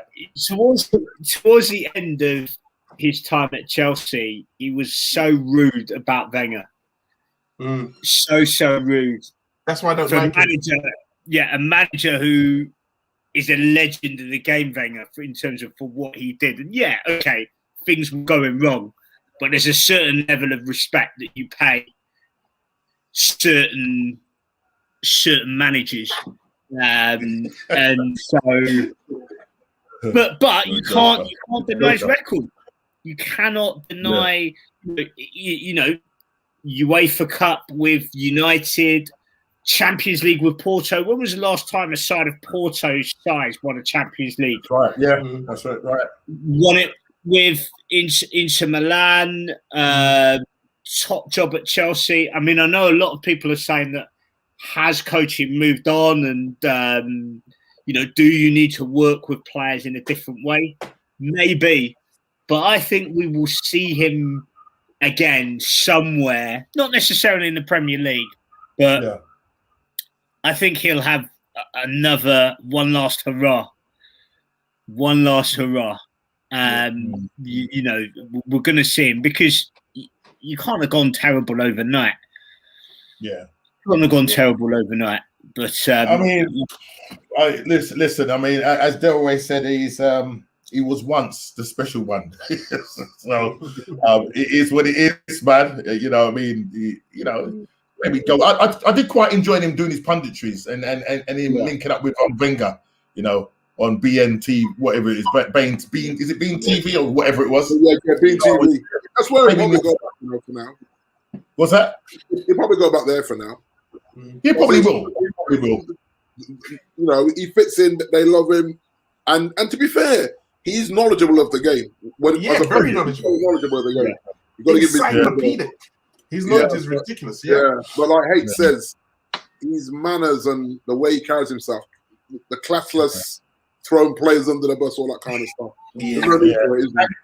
And that's what I'm going to say. You know, he starts off all nice at the club, and you're thinking, is this the match that's been made with Tottenham? And I was just thinking, how's Daniel Levy seeing that this guy can come to Tottenham and do what he's going to do? You know, but the pundits called it. He won't last long. He never lasts long anywhere he goes. You know what I mean? And then slowly you saw what he did with Dele Alli. You know, and Dembele. You know, all these players, he just literally threw them under the bus, man. Yeah. You know what I mean? Gareth Bale, you know what I mean? All of a sudden now, man is just like, even like, wait, Gareth Bale, go and take off that bun off your head, man, and come back to Real Madrid. I think the Amazon thing as well undone him. No, the Amazon show. That was his unraveling. Not only that, I don't know if you saw it when Troops was cussing him. Like, he actually watched a video. He actually watched a video of Troops cussing him, and you should have seen his face. It would always come back to, because Troops hates him with a passion. I don't even want to say the words that he come out, because you know what I mean. I'll probably get banned from the channel. You know what I mean. But guys, listen, I want to say thank you for coming on. It's your pleasure, man. Regards to this ESL, we don't know what the future holds in terms of the Premier League and what's going to happen in the next 6 months. I think this is going to dominate right up, during the summer. You know what I mean? I think this is going to be the main thing that's going to be on. Listen, I've got to bring this guy in.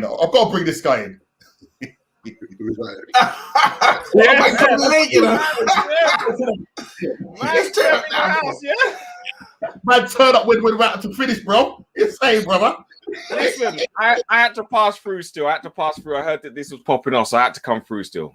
Well, listen, we've covered everything with regards to this ESL business, and I know Leon. Thanks for coming on, bro. Probably didn't even know I had one of this channel, but it is what it is, brother. I like. But what, Leon? I mean, I've gone around and I've asked a question about Maureen, getting sacked from Tottenham, and just quickly, I know you can do it, because I know he was a man. I don't even know if he used to work for that company. I'm not going to say the name. But the company that was I'm not going to say, but the company that is now,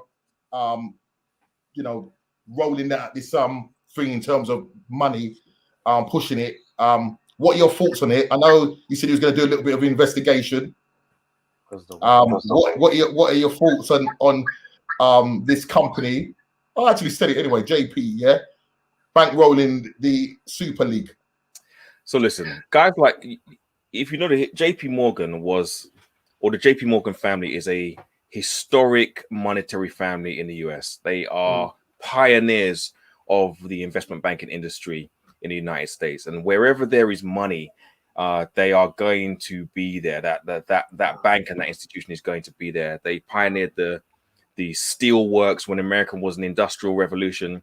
JP Morgan was the bank that financed the start of the steel works and the railways in the US. And they're still the same. They're an investment bank. I've been privileged enough to work for an investment banking company, and wherever there is money, that's where they are going to be. So I've heard all the talk about this being a money grab, about this being greed. And of course, many of these football clubs now are owned by American owners. They go to their American banks, and they look at ways that they can pay their shareholders. So, this morning, when you sent the message into the group, Norms, into WhatsApp group, I was like, I just don't know. I can see the reaction. I saw Gary Neville's reaction, which I'm sure you've spoken about. I saw some other guys on social media talking about it, but I didn't know the facts. It does look like it is going to be a bit of a smash and grab for our football league. So again, whilst I'm not totally made my decision, I'm leaning. I know about you. You ain't made no decision. Yeah, but I'm leaning. Everything I've heard is like it's not a good thing. It's not a good thing for our game. Listen, H asked the question: is this a good model? Look, I like competition. Some of the chats that I'm in, I like disruption. It's good. It's good for any industry. Disruption is good. Uber did it. Right now, no one's interested in driving a taxi unless they're driving for Uber. Airbnb did it. Now the hotels are going out of business. Look, competition and disruption is good at the end of the day, right? In terms of for capitalism, yes. Yeah, and advancing in terms of things moving forward and things being advanced, it's good. But I ain't sure about my. It would have been interesting if it came on earlier, because maybe do it again, man. You do it again. Even a more robust, defense of this. Yeah. So, hey, Norms, I never said I'm defending it. I'm trying to balance the argument. I don't know. I know you're trying to balance it. Yeah, it's like that, isn't it? So what have you guys said? Have you guys said that this is just should not happen? It's a no-brainer. It's like it's wrong. What have you all said?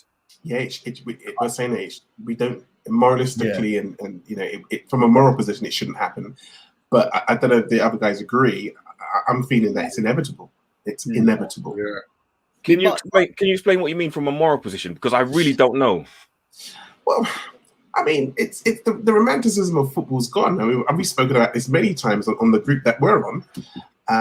You know, we spoke about grassroots and, you know, being in the stand and watching your favorite player, then you being signed up to be a part of that team.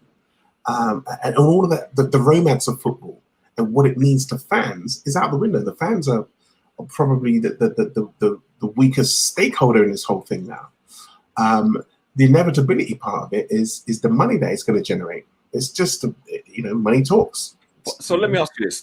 I'm sorry. I know you said you're up, but you're up for time, Norms, right? But I need to ask you this: are you going to stop watching your football club if they play in a European Super League? No, but probably this is why I'm answering the question about the product. See, I think the product is likely to be really good and really compelling, and people are going to watch it. They just are. Go ahead. I think the optics on this will change if they just broaden the number of teams who are part of this. I think if they had said that pretty much the Premier League, the entire Premier League is part of this Super League structure, and the structure, you know, incorporates 30 to 40 clubs, I don't think that a lot of the people who are on the radio stations and the TV stations would necessarily be complaining. I think they'd be saying, right, I'm a West Ham fan. This is a brilliant opportunity for me to be playing these top teams around Europe. I suspect that what we're going to have is that a lot of the other major European clubs who are not yet part of this will push to be part of this and say, look, you know, we are already in a game where the wealthiest teams dominate the trophies. That just happens. We need to be part of this pie. I'm not saying that I necessarily agree with it. I like the pyramid structure. I like the sense that there is some sort of romance, albeit naively, but I can't see this not happening. And I think more teams are going to get on board and try and be part of it. I just don't like the idea. I just don't like the idea of no, like, you know, relegation or nothing like that. It's going to be this, as I've sort of spoken about it, this kind of boys club, this cartel club where everything's just kept in. You've got 15 founder, you know, members that have started this thing that will be protected. And then you've got another 5 that will come in and try and qualify to come in and play, come into the table, grab a bit of crumbs, and then disappear. Norms, that's American sport. There's no relegation from the NBA or from the National Football League. That's what Dean was saying. We're saying we don't like the model. That's American sport all through and through. Yeah. The next thing you know is that this Super League is going to be setting up universities and taking people out of the universities to come into the football teams. It's just an American way of doing sport. I said to the guys earlier, I think it could be the death of English football. That's how I see it. That's how I see it, Lee. I said to the guys earlier, they are going. When I came back, I felt it that we were going so American, having sports on, having football 7 days a week. We are 7 days a week now, Lee. Yeah, love it. You know, and so that is the American dream. And you put the Barbie on, get a cold beer. I'll tell you what, he's a wind-up person, you know. I'll tell you. He's winding you up, man. I love it. I love it. Yeah. No, I love it. Genuinely, one of the things I love about America is that you can switch on the TV any night of the week and you can watch a basketball game. It doesn't matter. You might not see your team, but you can watch a game every single night of the week. I've been begging for that to happen in UK football. It's brilliant. We want to wait until it's a bit saturated, man. I mean, gosh, it's bad enough during this pandemic. They've had to do it because of obviously they've had to concertina all the games together. So literally, you're watching a game, literally 5-6 days a week. You know what I mean? Champions League, the game on tonight. I mean, obviously there's a break now. We've got a game on Friday night, Saturday, Sunday, back round to Monday. It could be a bit saturated, man. I don't know. And I don't know if it's going to work. I don't know whether they're going to be able to run the Super League alongside the Premier League. I don't know if that's going to work because that's what the Super League is saying, that they would like to run this alongside it. Yeah, Norms, you don't have to watch every game. Yeah, I know what you're saying, but what you're going to find is that if say, for instance, Man United is playing Barcelona, and then their next game is say against Norwich, on the Saturday, you know what I mean? Or Arsenal, maybe. They're not going to feel their best side, but according to football rules, they can't then field a weakened team. Yeah, so all of that, man, I don't know if it's going to work. I just don't know if it's going to work, personally speaking. But it seems like we have one guy on. Yeah, go on. One more question before I sat down. Do you think that the fans suffer from the European Football League, or do you think the fans benefit from this? I mean, it's hard to imagine a UK Premier League without the big six. But do the fans actually suffer, or do they benefit from this? If you're outside, I think we're like. I just feel like we're like customers. Yeah, now I think we're. Listen, Lee, you've spoken a lot of times when we've talked on the chat, and you feel quite distant away from Man United. Yeah, I've heard you say it on the chat, like, it doesn't feel like the same club, and the old Glazier thing and everything. And D has said the same thing. H has said the same thing. Sometimes I ring H, you're gonna watch the game? No, man, I'll switch off Sky Sports, subscription, and lock that down for 2 years, man. Until I see my club doing what it needs to do, I can't be asked no more. Yeah. So I think there's definitely a what's the word I'm looking for? A disengagement between the fans, a disconnect between the fans and their clubs now, and I think going down this model will even make it greater. That's what I would say, Leon, quickly. I don't think I fully agree, but go ahead, D. Sorry, go ahead. This is what I would say quickly. This affects the UK British-based fan base globally. The global fans will love this. Yeah. That's what I would say. It hurts more because of our traditions with the Football League and the whole promotion pyramid system and all this stuff. But the fans in African nations, in China, in wherever in the world, they're like, bring it on. This is fantastic. So I think it hurts us more because of, like I said earlier, 52 this year, been a Man United fan since I was 6 years old. Playing trips to Old Trafford, that was our blood. Now it's like they were playing the Europa League the other night. I didn't watch it. I wasn't bothered. Yeah, I watched Juventus against somebody in whatever, and that just shows now that before I would try and adjust my whole schedule to watch Man United play. Now I just want to be a fan. You know why? Let me tell you.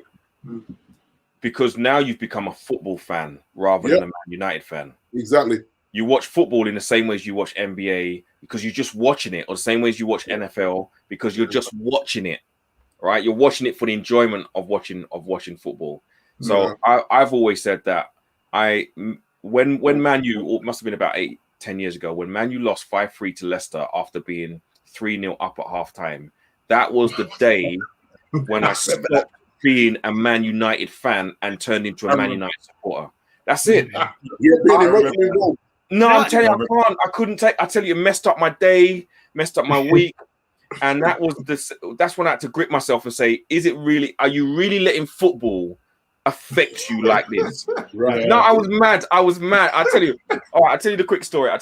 So I can't even remember how many years ago it was, right? But we was 3-0 up at halftime.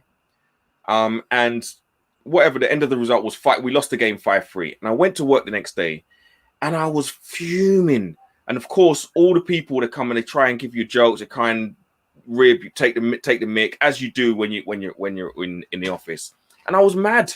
I was literally mad. And I said and I had to grip myself at the end of the day and say, no, come on. You can't let football control you. And I made it like a switch. I said, that's it, I'm done. So that's when you became an Arsenal fan. Arsenal all right still.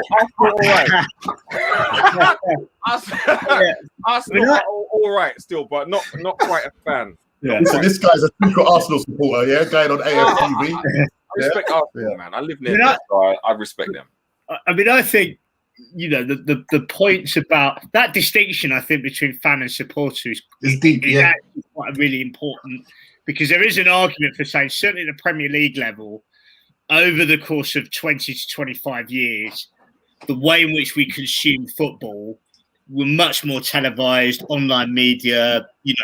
Getting to games is very difficult for people, and the demographics of the people going to the game has changed. There's that tension between what we will lose in our game if you go to the games, which is a tribalism and fanaticism, Yes. And I think that is something that people are kind of really wrestling with, that sense of kind of, I'm not a consumer of an American sport, but I don't get the sense that they have that level of kind of, dare I say, hatred for. No, that tribalism isn't there. Yeah. You can go to a baseball game and you've got the Dodgers fans sitting next to whatever Yankee fans. They're all mingled in, and it's become a consumerist. It's become a consumerist product, and clearly that's the way that we're going with football. What we love about our game is the tribalism, not only in the stadium, but you can be in any school in the country on a Monday morning, and beef will erupt over what has happened over the weekend. It's true. It's true. But, well, guys, listen, man. We've been going 1 hour 56 minutes. Wow. I appreciate you putting this together. My man decided to come to the party late. You know what I'm saying? Well, you know what? No, you're fashionably late in it. You never arrive on time, innit? Well, listen, guys. Okay, for the second time running, or maybe third time running, should I say? It's been great. Having you on. Who's this? What's the message from here? World War on football with little twists. What's up? These on the good side. World let's united against these 6 families. How do we I know you need to think, but how do we approach the Europa League? I don't even know. Is that even a thing now? Do we? Well, just quickly. I think it's true. There was talk about them suspending Europa and the Champions League, but I don't think it's Champions League. Yeah. But then again, if this thing is going to start, I don't know if it's this summer or what. But how do we go about this? Because it doesn't really mean anything now. This game? Should I be passionate about this game? I don't know. Yeah. I don't. Let's get that emoji out. Yeah, that emoji. Let's all get that emoji out. If I'm to do that. If Villarreal beat us, should they be in the Super League? I don't know. Well, just quickly before we go, it's a good question. It's a good question. It's a good question. UEFA obviously come out with their, as I said earlier on, they've come out with their new policy with regards to extra teams in the Europa and the UEFA Champions League. So they've discussed this today, and obviously they knew the Super League knew that this was coming out. That's why they pushed their thing yesterday. Do you know what I mean? And at the moment, they're both at war with each other. Sifrin, who's the UEFA guy that's in charge, is absolutely livid. I mean, the man's calling them all sorts of names. So that's somebody was saying it's civil war. This is going to turn into a nuclear war, mate. He sounds like a man. He sounds like a man that knows it's inevitable. Yeah, that's what it is. That's what it is. Yeah.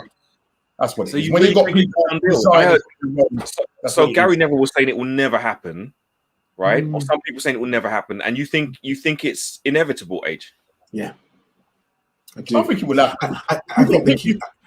I think that the final thing that needs to be hurdled is the players' contracts, who the players belong to, and if they go across to the other side, do the players go with them? And if the players decide to go with them, and I think they will decide to go with the clubs. You understand what I'm trying to say? No, I don't. No, I don't. You don't understand it? No. Who owns the players? Is the question. Yeah. Well, the club players, right? Yeah, but there's a contract between the club and the Premier League, so it's like we're assuming that the club owns the players, and you may well be right, and I believe that they probably do, from a legal point of view.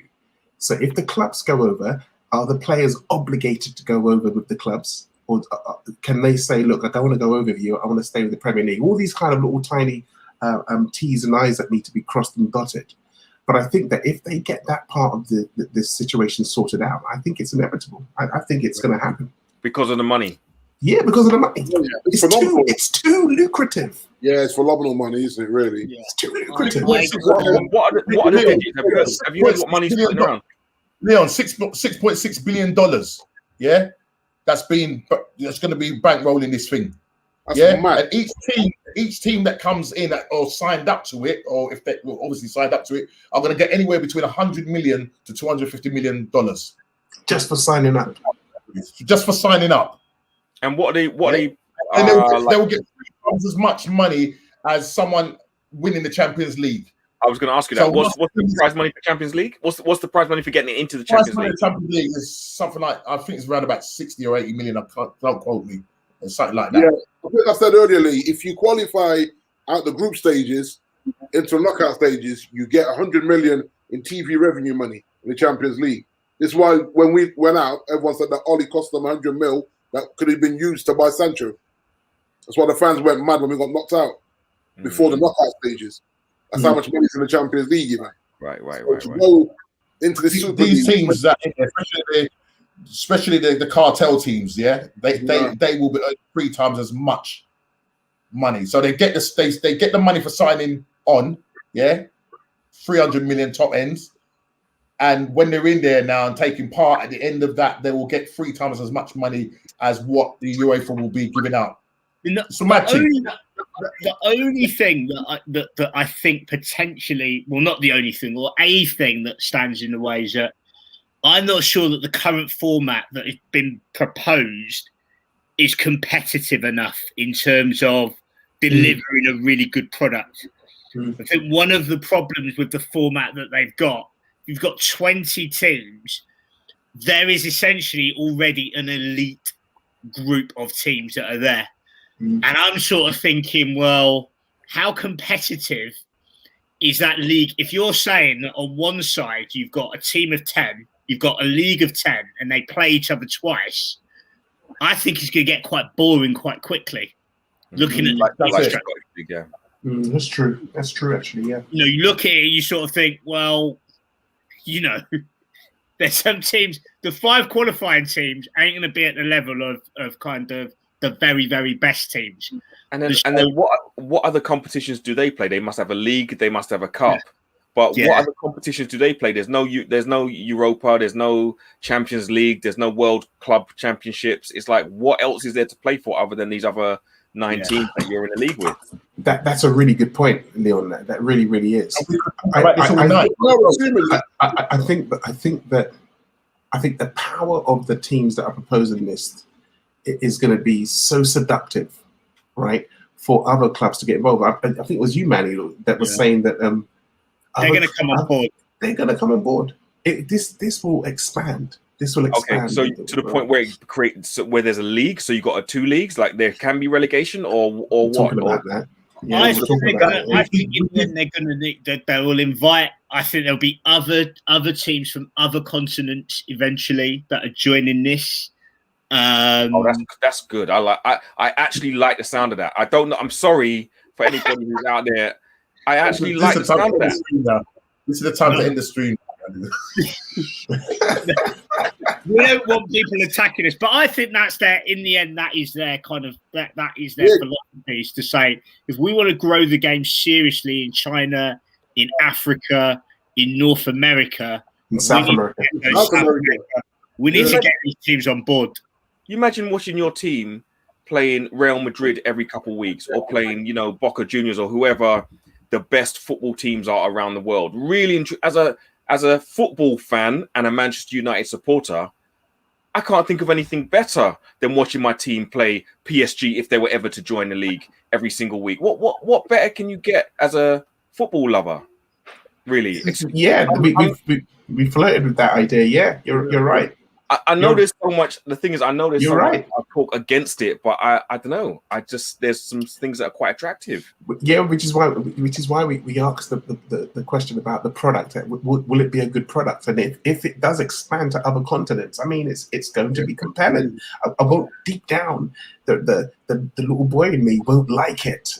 But, you know, I think as I said, the tension will be those people, particularly, you know, now I live in the Northwest, that sort of intense sense of localism from the people that live in the area. There is that tension of sort of saying, you people who don't live in these areas are taking the brand, yes, and transporting it.